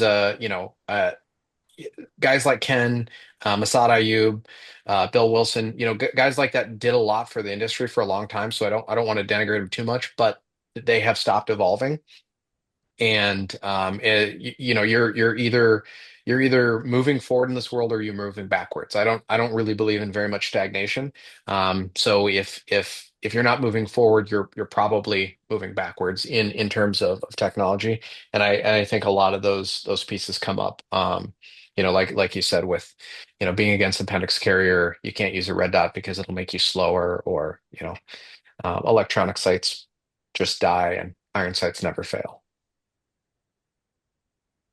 So you brought a good point about saying that you wish that more competition shooter come out and teach, like beginner shooter. I definitely agree with that. But I think the main issue is, well, there's few reason why I don't think a lot of competitor shooter is willing to teach is because A, they feel like they might not be good enough because they're not a GM.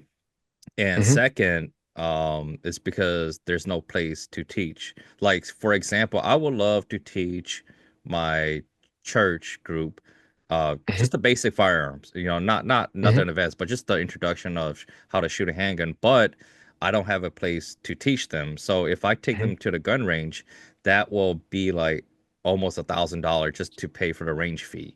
And Sure. I don't have that kind of money, and I don't want the church to spend that kind of money just to pay for the range fee.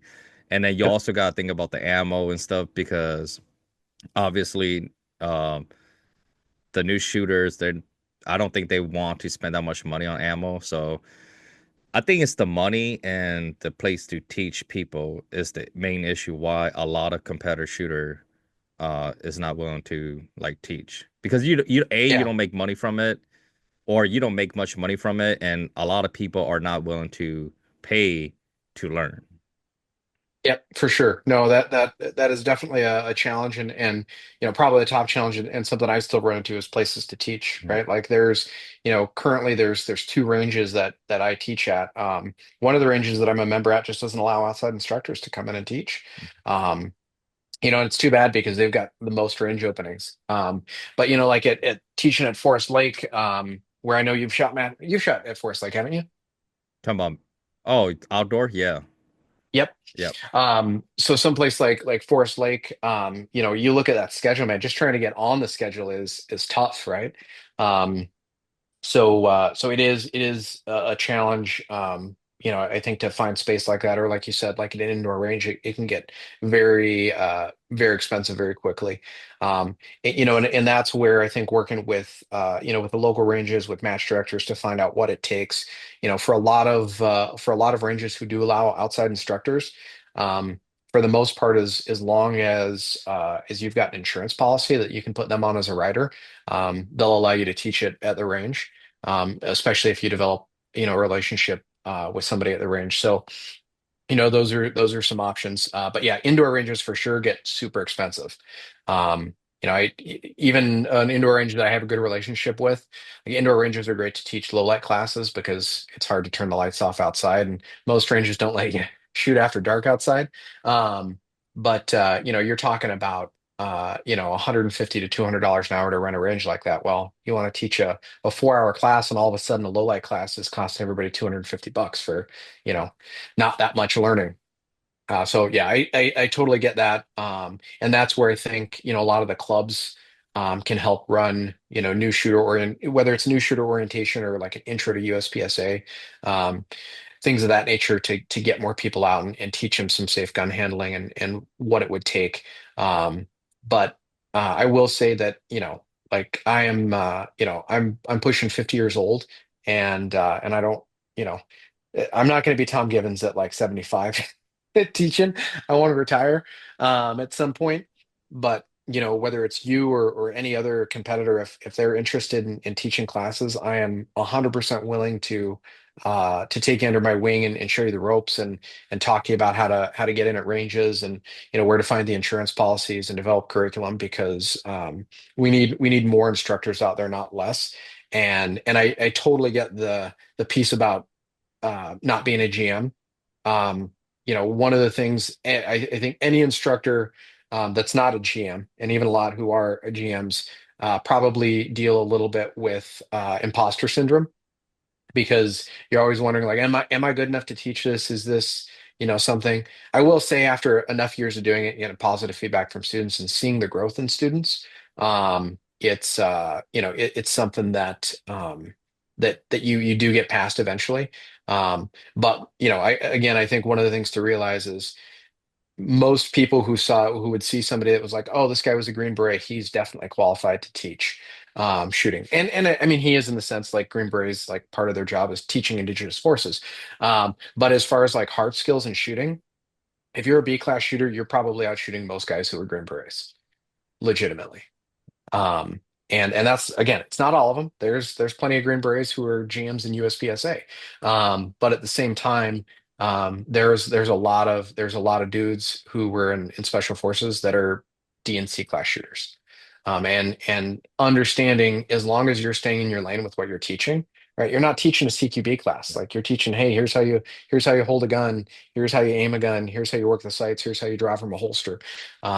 Those pieces are really probably the biggest piece that's missing in the firearms industry. If you want to take a competition class, like, dude, there's a ton of them out there now. If you want to take a tactical Timmy CQB class, force on force, whatever, there's a bunch of those out there. What there aren't a bunch of out there is like, hey, I just bought my gun and I want to learn how to shoot it. And I don't want, again, hopefully I don't offend anybody. I don't want a 90-year-old FUD teaching me how to shoot that gun, right? Because he's going to be like, oh, what you do is you take it and then you put your hand under here like this, just the way we used to do in WW1, right? And then you get rid of that funky electronic piece of shit on top. You don't even need sats, right? You just point it at the target and you blast them. My And first unfortunately, gun. like, there's Oh, still go a ahead. lot of that out there, man. There's a lot of that out there. My first gun class I took, so the instructor, he didn't teach us how to shoot. He made us watch an old school 80s, 90s video of introduction to firearms for women. Oh man. Yeah, yeah. It was I didn't great. even know they let ladies have guns back then. Oh, man. Uh, Listen, the funniest thing is if you go back far enough, like if you look at like there's a video floating around from I think it was like the LA County Sheriff's Department shooting team from like the 40s or the 50s. And Is that the those one with the dudes cigarettes? were, yeah, straight gangsters shooting cigarettes out of each other's mouths, right? With a double action 38. Like, holy crap. Um, safety is definitely was definitely different back then. But nonetheless, right, those guys could shoot. So it's not that all old knowledge is bad, but there are a lot of people, stuck in their ways, and I think we need a lot more education because there is an enormous amount of new shooters coming online and have come online since COVID.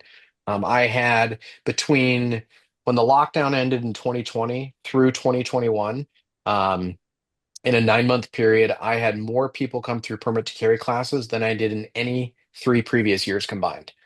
Same, It was a flood. same. And Hmm.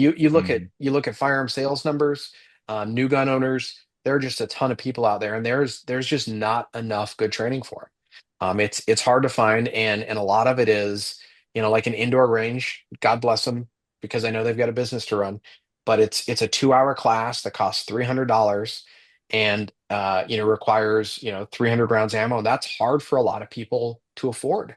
Um, Especially people who haven't yet become dedicated to this as a hobby. Like they just bought a gun because they wanted a way to defend themselves.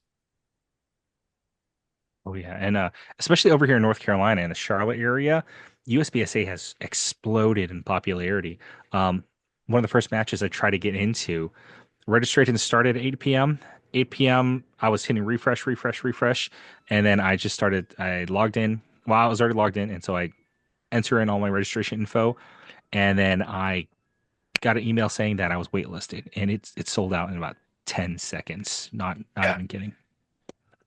Yeah, that's I mean it's wonderful and it's terrible all at the same time. I know at least locally, one of the challenges is, as people start aging out of the sport, a lot of those match directors, luckily we've got, like another guy that you interviewed, Tim Dunnerini, guys like that stepping up to be match directors. But being a match director is a thankless job, right? Like you put in a ton of work, you don't get paid anything for it. You have to show up the day before the match to help set up. You've got to break down, you've got to deal with registration, you've got to deal with pissed off shooters, you got to do all of that stuff. And that really takes a toll on you. And to find new people in the sport that, have the skill level to be a match director, can create stages and do all that stuff. To get more matches out there is tough, and that's one place I think USPSA could really step up, or PCSL, or whoever the organization is, to help create training programs for match directors, because that's a tough spot to that's a lot of on the job training to figure out, and not a lot there's not a lot of clubs that have guys like Tim that are that good of shooters and understand the sport that well, and have that level of dedication, and can do it for years and years, right? Because that's the other part. You can't have a match director changing every year. Um, it it would be an organizational nightmare. Shout out to 10 for 10 me. We love you, man. We do. All you right. didn't you didn't shoot the Cold War carbine match, did you, No, this past weekend? so no, I didn't. And the reason why, and I'm not saying this in a bad way. So the reason why I don't participate in the rifle match, not because I don't want to, but the rifle match takes a very long time, and I work on the weekend, so I work at Mm, 6 p.m. Um, it takes forever, and there's also a lot of, I don't know why, but for rifle match, you see a lot of new faces, mhm. and I'm glad that new shooters are showing up, but since they're really brand new, it might be their first match. The match tends to take a little bit longer, so Mhm. that's why I don't. I'm not planning to do any PCSL two gun or anything because it just takes too long. I wish I have the time to do it, but unfortunately, I work on weekend nights, so that is the reason why I don't plan on doing any rifle match this year. Yeah, Yeah, I don't blame you. It was a super long match. I think we kicked off at 10, and I don't think we got done until like 5:30, yeah, close to 6 o'clock. Woohoo. Yeah, it hmm was it was it was a long day. yeah, It was longer than any major match that I've been at, right? It was yeah, 8 stages in one day with rifle, and you're right, a lot of your shooters. So, yeah, I think but that's one of the shout things out I to didn't Timmy really. for running the match. yep. Sorry, go ahead, Christian. Oh, yeah, no worries. So, yeah, I think that's one of the things I didn't appreciate getting into competition shooting is just how much of a time sink it is. When I went to my first outdoor USPSA match, I met this cool guy named Tang, and he was talking about how on his way to becoming a M class, a lot of his friends and guys he shot with, it ruined their marriage. They got divorced because they were just so Mhm. dedicated to the game. And as I start shooting it, I'm like, man, if I actually want to be any decent, I've got to put a ton of time into going to these matches and going to larger events and doing more dry fire. And I've kind of decided that I don't think I'm gonna focus too hardcore on getting like an extremely high rank. Um, Mhm. I'm just gonna have to balance my time between my family and my job and shooting a little bit more casually. 100%. I mean, I think that's one of the things that gets lost, and it's an enthusiast community, so it's easy to shit on people who have been, B and C class shooters for life, right? Um, but ultimately, if this isn't a lifestyle for you, right? If shooting isn't life, and you want to balance that with family and a lot of other stuff, like there's nothing wrong with going out and shooting a match every once in a while just to have fun, right? As long as you're safe, and you're having a good time. I say enjoy it at any level that you can. And that's again, I think, when I talk to students about it, a lot of them are like, well, I'm going to come out and I'm going to suck. And I'm like, hey, man, I'll sit right there and suck with you. Like I've been at this a long time, and I'm still getting beat by, a lot of people. So don't, I'd say don't let that discourage anybody. Come out, shoot. If you can shoot one match a month or one match every 3 months, come out and do it. If all you can do is shoot winter matches at indoor leagues, do that, you know. Um, but come out and enjoy yourself. And like if you have goals and you want to become a GM, like do it to it. But ultimately, I've never met anybody on their deathbed who was like, damn it, I wish I shot more matches. Right. There's a lot of people who said, I wish I spent more time with my kids. I wish I didn't work so much. I wish I spent more time with my wife. I wish I traveled to Europe, whatever it is. But I have yet to see anybody that was like, you know what, I just didn't shoot enough damn matches. Hmm. So, you got to have those priorities. And if you enjoy shooting, I think matches are a great way to enjoy it. But like everything in moderation, unless you've decided you're going to make GM and then nothing's in moderation, just go for it. Maybe when my son is off to college and I've got a lot more free time. Yeah, absolutely.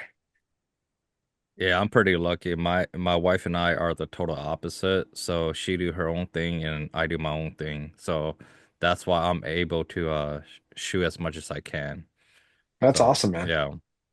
And speaking of new shooter thinking that they will suck at their first match or at a competition match, they will suck. Everybody Yep. suck at their first match. I told this to Christian many times.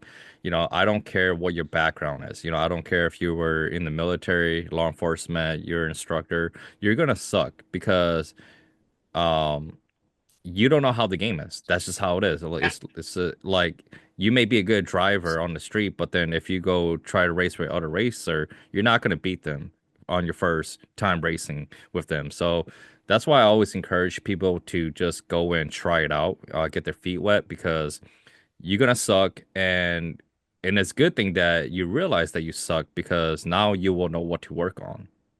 Mhm. So yeah, No, Absolutely. And coup. and you get a I was realistic assessment of your skills, yep. right? Hmm. Like everybody, you might go to an indoor range and throw up a target at 25 and shoot at, and you're like, oh, that's a pretty decent grouping. Well, now all of a sudden you're at a match and you've got a popper at 25 yards and you just sent 6 shots at it and missed all 6, right? You start realizing how much more difficult shooting is with a little bit of pressure. And I think especially if you're carrying a firearm for self-defense, it's really good to understand those limitations you have so you don't try and make a shot where you're putting other people in danger. Um, so there, again, that's one of those areas where it doesn't matter whether you're law enforcement, military, a civilian gun owner. I think shooting competition, even if you're not doing it all the time, but getting out there and shooting, occasionally, a match is really beneficial for you. What were you gonna say, Christian? Oh, I was gonna say coup. I was supposed to be like Ben Stager, win my first match, and then take a local a low regional after that. No, no, I think for my first indoor one, that was all 6 classifiers. Uh, I think I placed about like 50%, and then for my outdoor one, I was like the bottom 75%. So it was a good humbling experience, and it definitely taught me a ton. Yeah. For sure.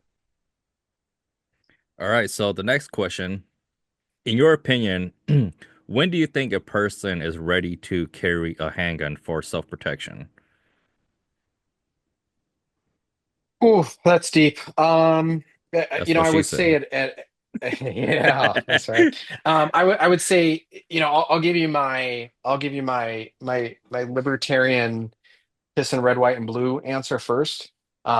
Which is anytime you're legally allowed to carry a firearm and you want to.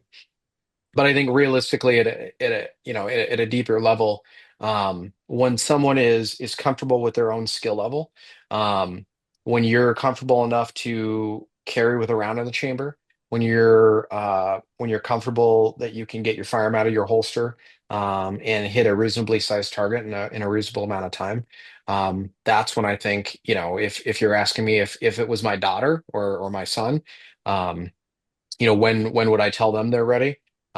It would be more of that of can you realistically get your gun out of your holster and hit a target? Um, then I think you're ready to carry. If you look at a lot of video of civilian self-defense shootings, they are people who have zero training, who have a firearm, and generally end up um, not putting themselves in a worse situation from a safety perspective. Maybe from a legal perspective, but not from a safety perspective. Um, So, you had asked earlier if people vastly overestimate their skill. They do. I also think as enthusiasts, we vastly overestimate the skill needed to actually defend yourself. Um, and so that's another part of that. I think everybody should always be trying to get better. If you're gonna carry a firearm, continually, try and improve your skill level. But at the same time, as long as you can safely handle and carry the firearm, I think from that aspect you're ready. And obviously, whether you have constitutional carry, you have to get a carry permit.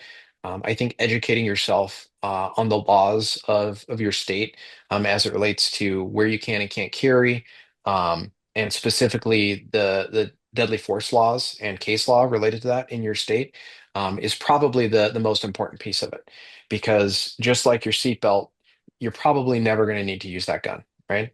So you've got a lot of opportunities to put yourself in peril having that firearm. And so understanding how to keep yourself out of legal peril is critically important. But from a pure skills perspective, um, I think as long as you can safely carry and handle the firearm, and again hit a reasonable person-sized target in a reasonable amount of time. Nice. I like it. I think you make a solid point there. Yeah, and so I guess kind of going off of that, just talking about like the training side. Do you think that there's things that you learn in the military that is beneficial in the civilian world that's kind of really helped you in the way that you teach?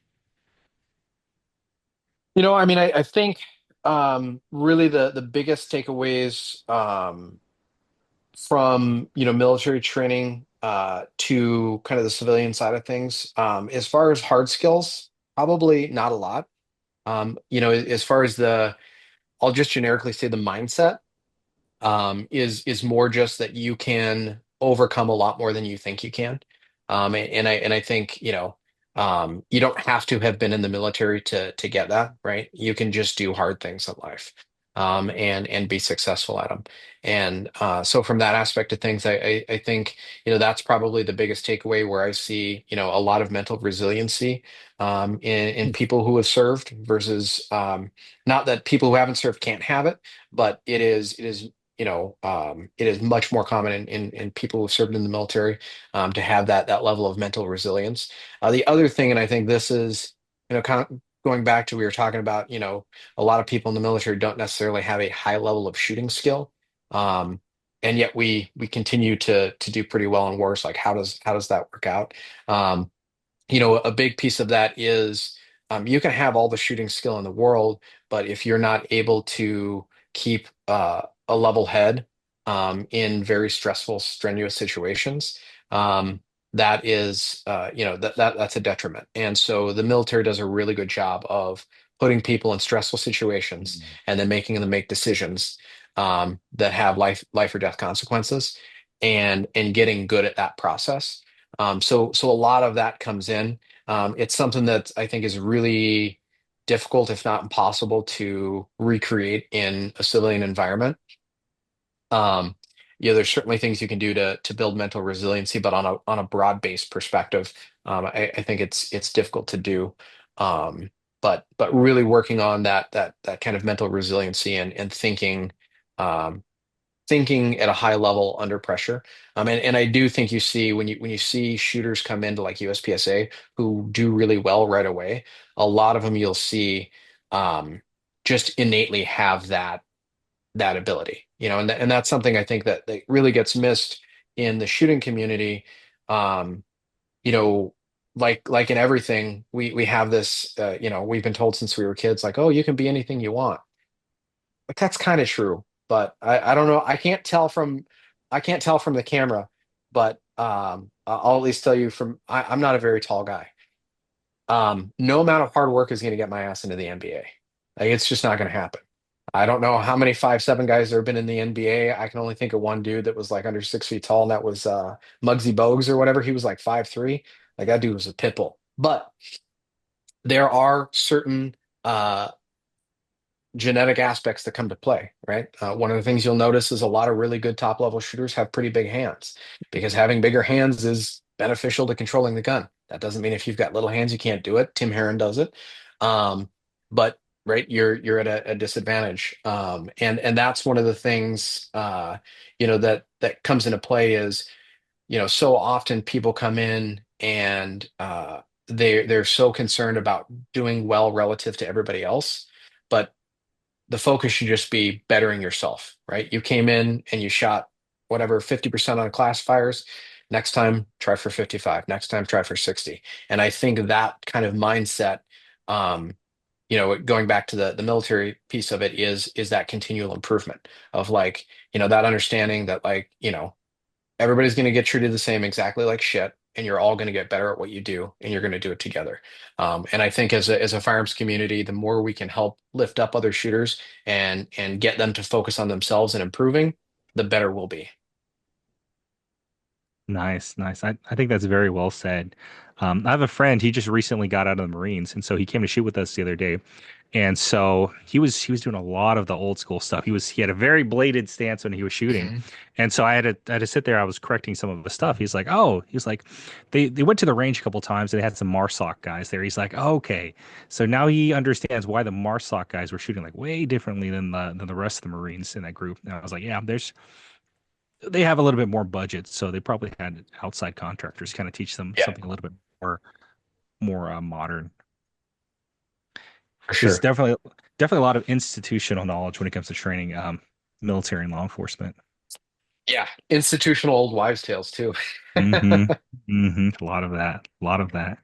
And just kind of going out instructors, who are some of your favorite instructors that you've trained with and you recommend that other people go take classes with? Oh gosh, there's a ton of them. Probably the person who I haven't gotten to train with that I definitely want to train with is Nick Young from Velox. I had the opportunity. I was working a booth at SHOT Show this year, and he was at the booth. So got an opportunity to talk to him. Super awesome guy, down to earth. He's a great shooter, and can tell just from talking to him. His instructional skills very high.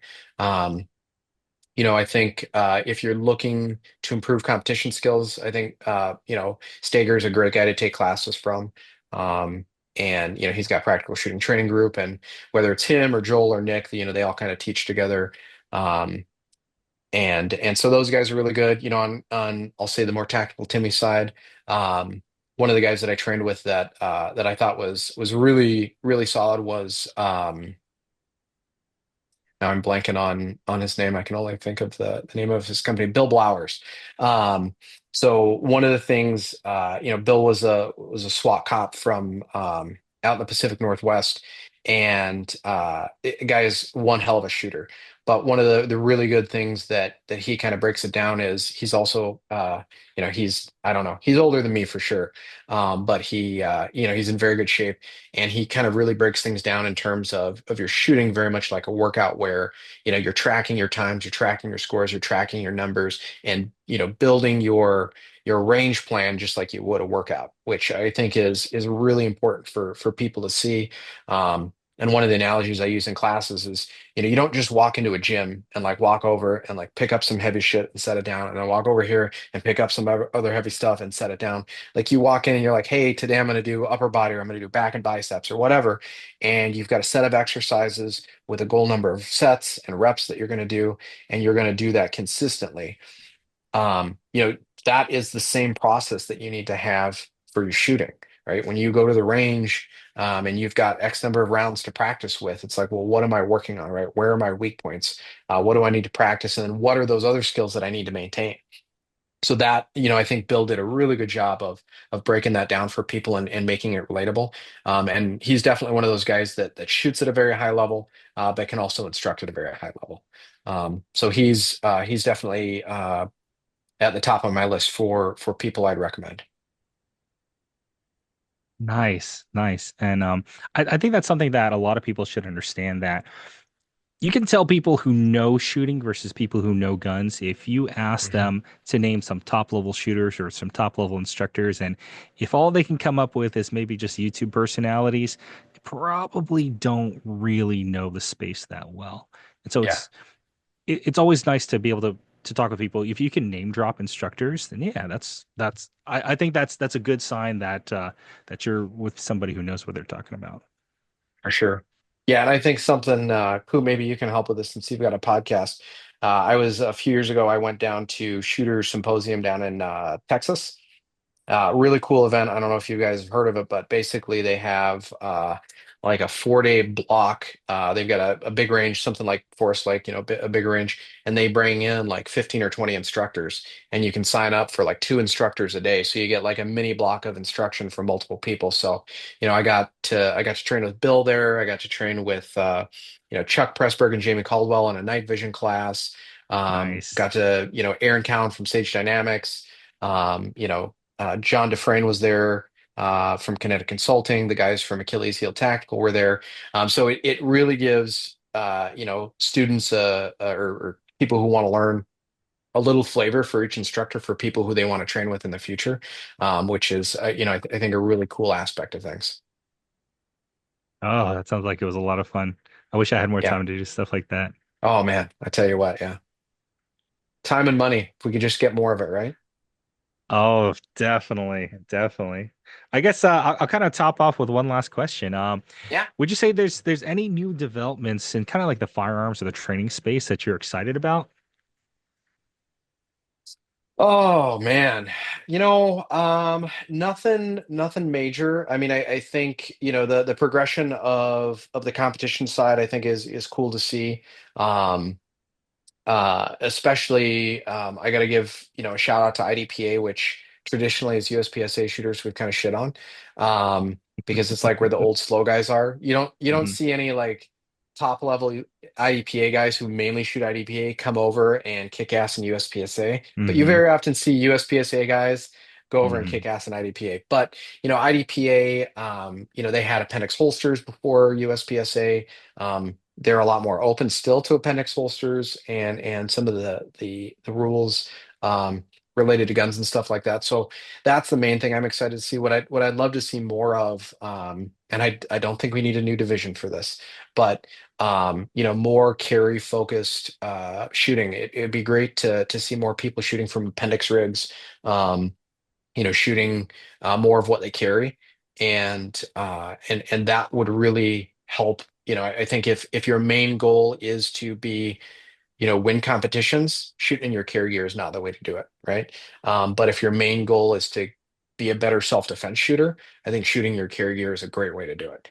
And so, those are the aspects where seeing more people shooting from appendix at matches and stuff like that is really cool to see. The explosion carry optics I've absolutely loved.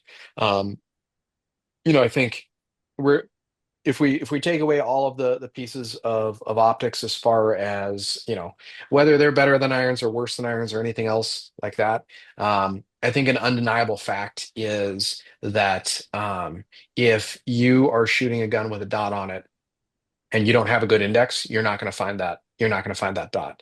And so it forces you to build a good solid index. And that I feel like is such a huge foundational piece of shooting, whether you're using iron sights or you're using a dot, that it's made huge improvements in the way people shoot, because it's really apparent if you're screwed up, because the dot's just not there. And so you've got to build a really solid index, and you can cheat that a little bit with a big window, but you can't cheat it that much, right? Where with iron sights, it's really easy to cheat like front sights over here, and as you're finishing off your draw stroke, you're lining that up. So I'm excited to see where that goes. It'll be interesting to see on the competitive side of things, kind of the growth in limited optics. Um, and see where that goes.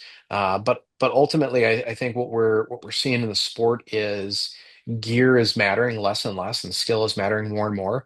You see guys like Nils, you know, winning shooting a $400 Canic with a red dot on it, and he's shooting minor and winning limited optics like that.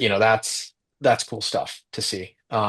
And so it really is showing people that it's more about it's more about the shooter and less about the gear. Hopefully, anyway. No, I think that's really good. And that was one of the reasons that my carry gun has been Glock 19 for the past like 5 6 years, and I won like different challenge coins and things like that just shooting Glock 19. So a lot of guys are like, why don't you move up to a staccato or some kind of nice 2011? And my biggest thing is that I want to show my students that it's not the gun that matters. So if I show up to class and I'm shooting really well with a $2,500 $3,000 gun, they're gonna think that it's the gun. But I want them to see that you put in the time, you put in the work, and you're gonna see results. Yep. Yep. Absolutely. And I always keep a staccato around so somebody's like, "Oh, I shoot better if I got a staccato." I'm like, "Here you go, shoot it. Look, you're still missing low left because your grip sucks." You're right. I should tell my wife I need a staccato just for that reason. Listen, I think that is, and if you're going to get one, you might as well get an XC. So just Mhm. go all in. Awesome. Awesome. Well, that's pretty much all the questions that I had. Koo, you got anything else? Yeah, let's talk a little bit about dogs. So Oh yeah. I know that you're still pretty brand new at training dogs.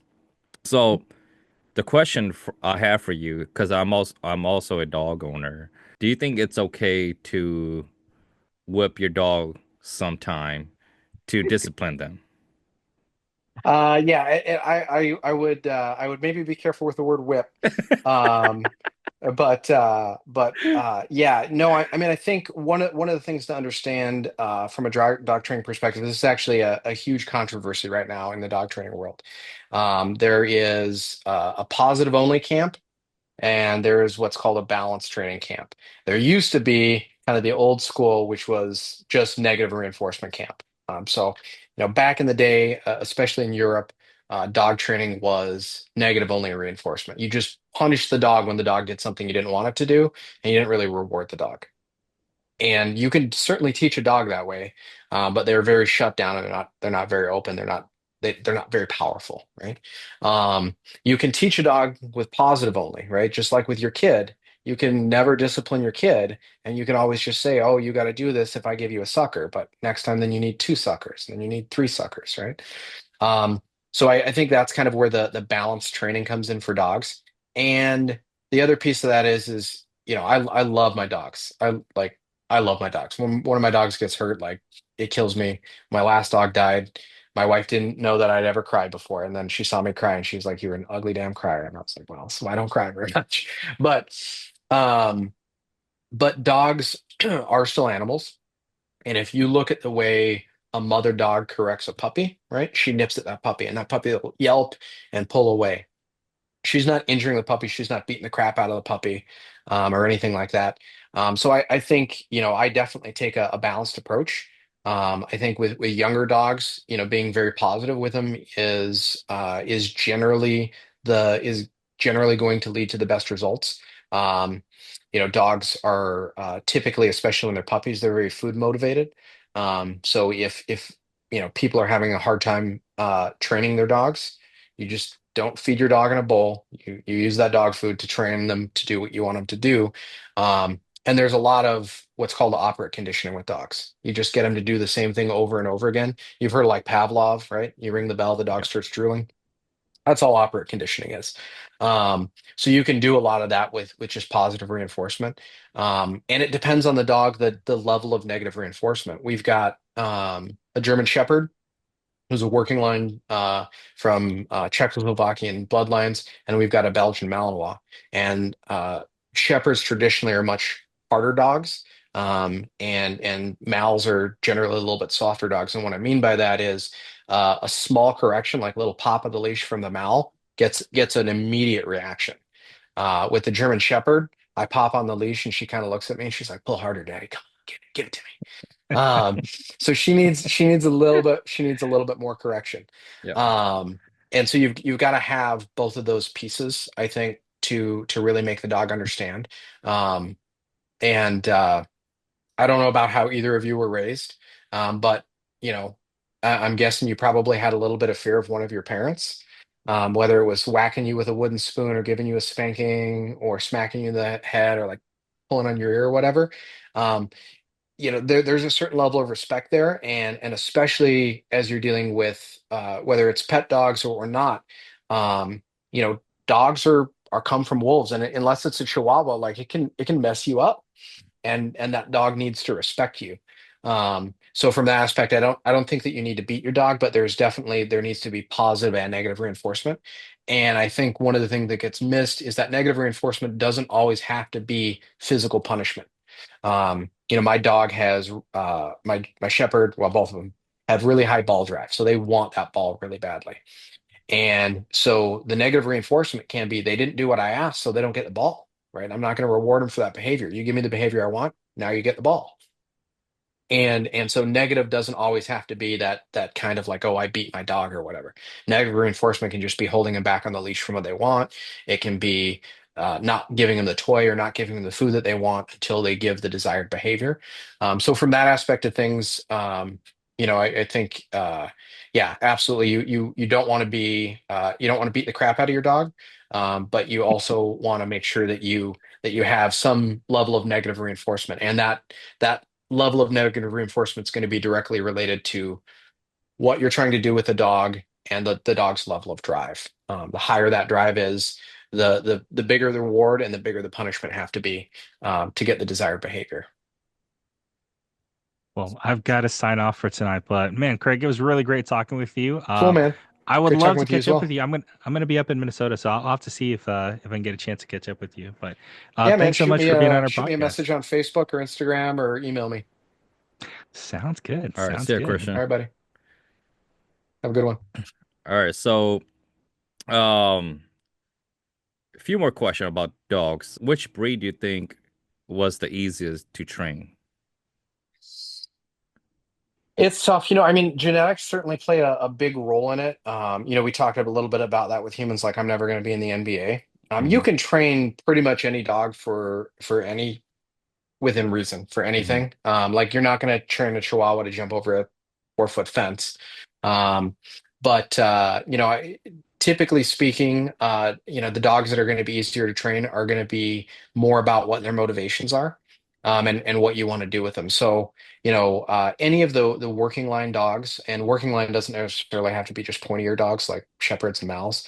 Um, but Vizslas, working line labs, things of that nature are typically going to be a little bit easier to train because they have very high drive. There's things that they want, whether that's food or toys, right? They've either got high prey drive or high food drive. So prey drive is for the toy, and food drive is obviously for the food. Um, so those are kind of the aspects of that, and then it really just depends on kind of what you're wanting to train them for. If those dogs have a natural aptitude for it, like in my dog club, some of the guys that run it have boxers, and they're great dogs, but they take a lot longer to teach bite sports to than say like a German Shepherd or a Belgian Mm. Malinois. Um, so you can they're very trainable dogs, but it depends on what you want. The same thing if you're wanting to do like agility, and you see those people doing all those crazy jumps and running through tubes and stuff like that. Some of the herding dogs are going to be much better, much easier to train at that. As far as it goes for just general pet use, typically there's not too many dogs that are easier to train than a lab. Um, and that's why you see so many of them around. They're very biddable. They're not typically too aggressive, and they typically have pretty decent food and ball drive. Yeah, yeah, I definitely agree with you on that. And I get kind of offended when people talk down on pit bulls because most of my dogs I own in the past are pit bulls, Mhm. and they're not hard to train at all, and they're actually not vicious at all. Unless obviously if you're a shitty owner, then yeah. But if you're a confident dog owner and you stand your ground, your pit bull will always listen to you. And I don't like it when people talk down on pit bulls. I think Yeah. I think those people that talk down on pit bulls are usually people that baby their dogs, because I always tell people there's a difference between being a dog parent and a dog owner. And Mhm. honestly, if I want to be super honest, I don't like dog parents because they Mhm. spoil their dogs. they let their dog do whatever, and that's where the bad behavior, that's where the bad behavior comes from. And a lot of people don't understand that. Yes, they're cute and all, but you still gotta put your foot down, just like kids in real life, you know. Yep. So, Yep. yeah. Absolutely. Yeah, and I think a lot of it, like you were talking about with pit bulls, it comes down to understanding, some of the inherent pieces in a breed. Like, uh, I totally feel you on the pit bull thing because German Shepherds, like, there's like hotels, like we go camping and stuff. There's certain Hmm. campgrounds that won't allow German Shepherds because they see them as violent dogs or whatever. Um, and there's certain things that German Shepherds are much more sensitive to. Like they're very territorial. Hmm. Um, like I've just given up on stopping trying to get my dog to stop barking when somebody rings the doorbell. Like I have done every positive, negative reinforcement, every woo-woo thing you could think of. Like the dog's just gonna bark. Like it doesn't care. I can suppress it. I can put it on the e-collar Hmm. and hold it until it stops barking. And as soon as that collar lets up, dog starts Yeah. barking again.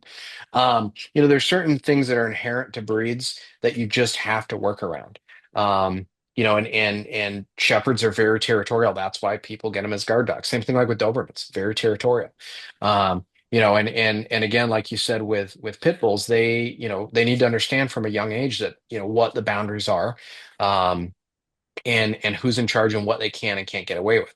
And much like a kid, if you let a kid live a feral lifestyle Yep. until they're 10 or 12 years old, like it's going to be really hard to keep that kid from ending up in jail, right? Yep. If you let, with dogs, it's a super compressed time frame. So with a dog, if you let that dog get to a year old and it doesn't have any obedience, putting obedience on it after that becomes much harder, especially if it's a strong breed like a shepherd or a pit bull or anything like that. And so you really have to work with it. So yeah, I totally agree with you. It's their genetics come in to play a lot with dogs, but it also comes down to how you're working with them and how you're training them and understanding what triggers are for those particular breeds. And a lot of times you'll see people, if they know their pit bull doesn't like their ears pulled, and then they let a little kid walk up and start yanking on the dog's ears, like bad things are going to happen. You just got to recognize that. Just like I don't let my kids around hot stoves, I don't let my kids pull the ears on my dog. You know? It's crazy that you bring that up because I do allow my three, oh, she's four now, but when she was 2 and 3, she was pulling on my dog's ear, and I forced him to deal with it. Yeah. And he learned to just deal with. So now Yep. he's very good with kids. Well, he's always been good with kids, to be honest. I didn't really Yeah. have to train him to not be good with kids, but I think sometime as a dog owner, you should push the boundary on your dog to Mhm. see what they could tolerate or not. And yeah. But another question is, Yeah. what do you think about regular dog owners owning dogs that used to be guard dogs, or like Mhm. dogs that used to be in the military or law Mhm. enforcement? What do you think about that? I mean, it really it runs the gamut. There are former working dogs uh that have a good off switch that are very good with kids and stuff like that. And that can be fine. Again, I think it's understanding the individual dog. There are also former military working dogs who, just like the soldiers, come back and they've got PTSD, right? Like a Hmm. dog can only get blown up so many times before loud noises mess with it. um, and so from that perspective, when we're talking about like former working dogs, it's really understanding what you're getting into. And I think the other piece of that is also understanding working dogs need a job. Hmm. And if you take that job away, they get anxiety and they get destructive, and they have all of those problems. So don't get a German Shepherd or a Belgian Malinois or something like that that's a high energy dog and expect it to act like a lab and Yeah. lay around on the floor and not need exercise. So there's those pieces. As far as like buying a trained working dog or a trained guard dog, um, again, it kind of depends on exactly what you're looking for. In a lot of cases, those dogs, they'll get something like a German Shepherd that is very territorial, or a Dutch Shepherd or something like that. Um, and they will bite the shit out of anybody that comes into your house, unless you tell them otherwise. And so you've just got to make sure that you're making the right decision for your lifestyle, and getting a dog that's trained the correct way. Um, dogs like Belgian Malinois are very popular right now, because of, military working and police dogs and stuff like that. And I think a lot of people get them not understanding the level of time that it takes in. Over the last 2 years, I've put so much more time into dog training than I have into my own shooting, and gotten not nearly as far, Yeah. because those dogs really do take a lot of effort, to train to a high level if that's what you're looking for. So it just depends on what the person's looking for, and understanding the individual dog, because there are massive differences. You can have dogs um, that are super chill and super fine, and like, they're a lot like a police officer when they put on their uniform. They know it's time to go to work. When they take it off, they're chill. There's other dogs that are just amped up to 100 all the time. And you probably won't want them around your kids or family or anything like that. But if you're a single person, or a Hmm. couple, that can deal with it, I think that's great if you can take that dog in and give it a good life after it's done working. Yeah, I think that's one of the issue where a lot of like people that don't have much experience with dog, they think that they want a guard dog. And in my Hmm. opinion, as if you're not someone who actually train dogs for a living, I think you should stay away from like working dogs because you don't know how to work with them because like you said, a working dog always need to work. And Hmm. I feel like most regular dog owners like me, we only need alert dogs. We don't actually need Hmm. a guard dog because if I have a guard dog and I don't constantly work with it, what if it get out of the fence and start biting people? Hmm. I'm gonna be at fault. So that's why when I train my dog or the dogs I own, I train them to be soft, but I still need them to just alert me, at nighttime if someone was to bring to my house. But I don't need them to like actually go and charge at them. Yeah, and one of the things, I think one of the you know, so for somebody buying it kind of depends. So like if I think it's not a great idea for somebody that's like, oh, I want a guard dog, and they just go buy a German Hmm. Shepherd or Belgian Malinois or something like that. And then there's buying like a trained dog. The difference is a trained dog is going to cost you somewhere between 15 and $50,000. Hmm. And then you're going to have to occasionally send that dog. If you're not going to work with the dog, you're going to have to send the dog back Mm. for, more training and stuff like that. So yeah, I definitely agree. Don't buy a working line breed, especially if you're expecting to train it yourself, and that's not something that you're Yeah. that you're looking for. But the truly trained like guard dogs, like shepherds and mals and stuff that you buy that are trained up, have a very very low incidence of biting people, when they're not commanded to. Yeah. So that is one good thing about the training is it really helps disassociate, um, that urge for the dog to want to bite. But that all comes back to, again, the training. Like if you're going to put the time in to train the dog, where you're going to spend the money to have the dog trained, that's one thing. But you don't want to bring a crazy devil dog into your house and then not have any training, because it's going to be a shit show. Yeah.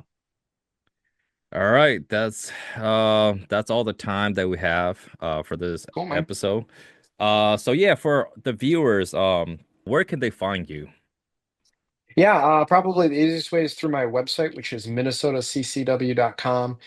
We've got all of our classes out there, whether it's permit to carry classes or the classes we teach spring through the fall, which are mainly pistol and rifle courses at different levels. So whether it's a beginning shooter or somebody that's more experienced, we've got classes to kind of cater to everybody. And as always, if anybody's interested in learning how to instruct, I'm happy to help mentor people in that. If people are looking to get out to a match locally and they don't know what to do, like, hit me up. I'm happy to show up to a match and show you the ropes. Sounds good. And I will also leave your social media and your website in the description.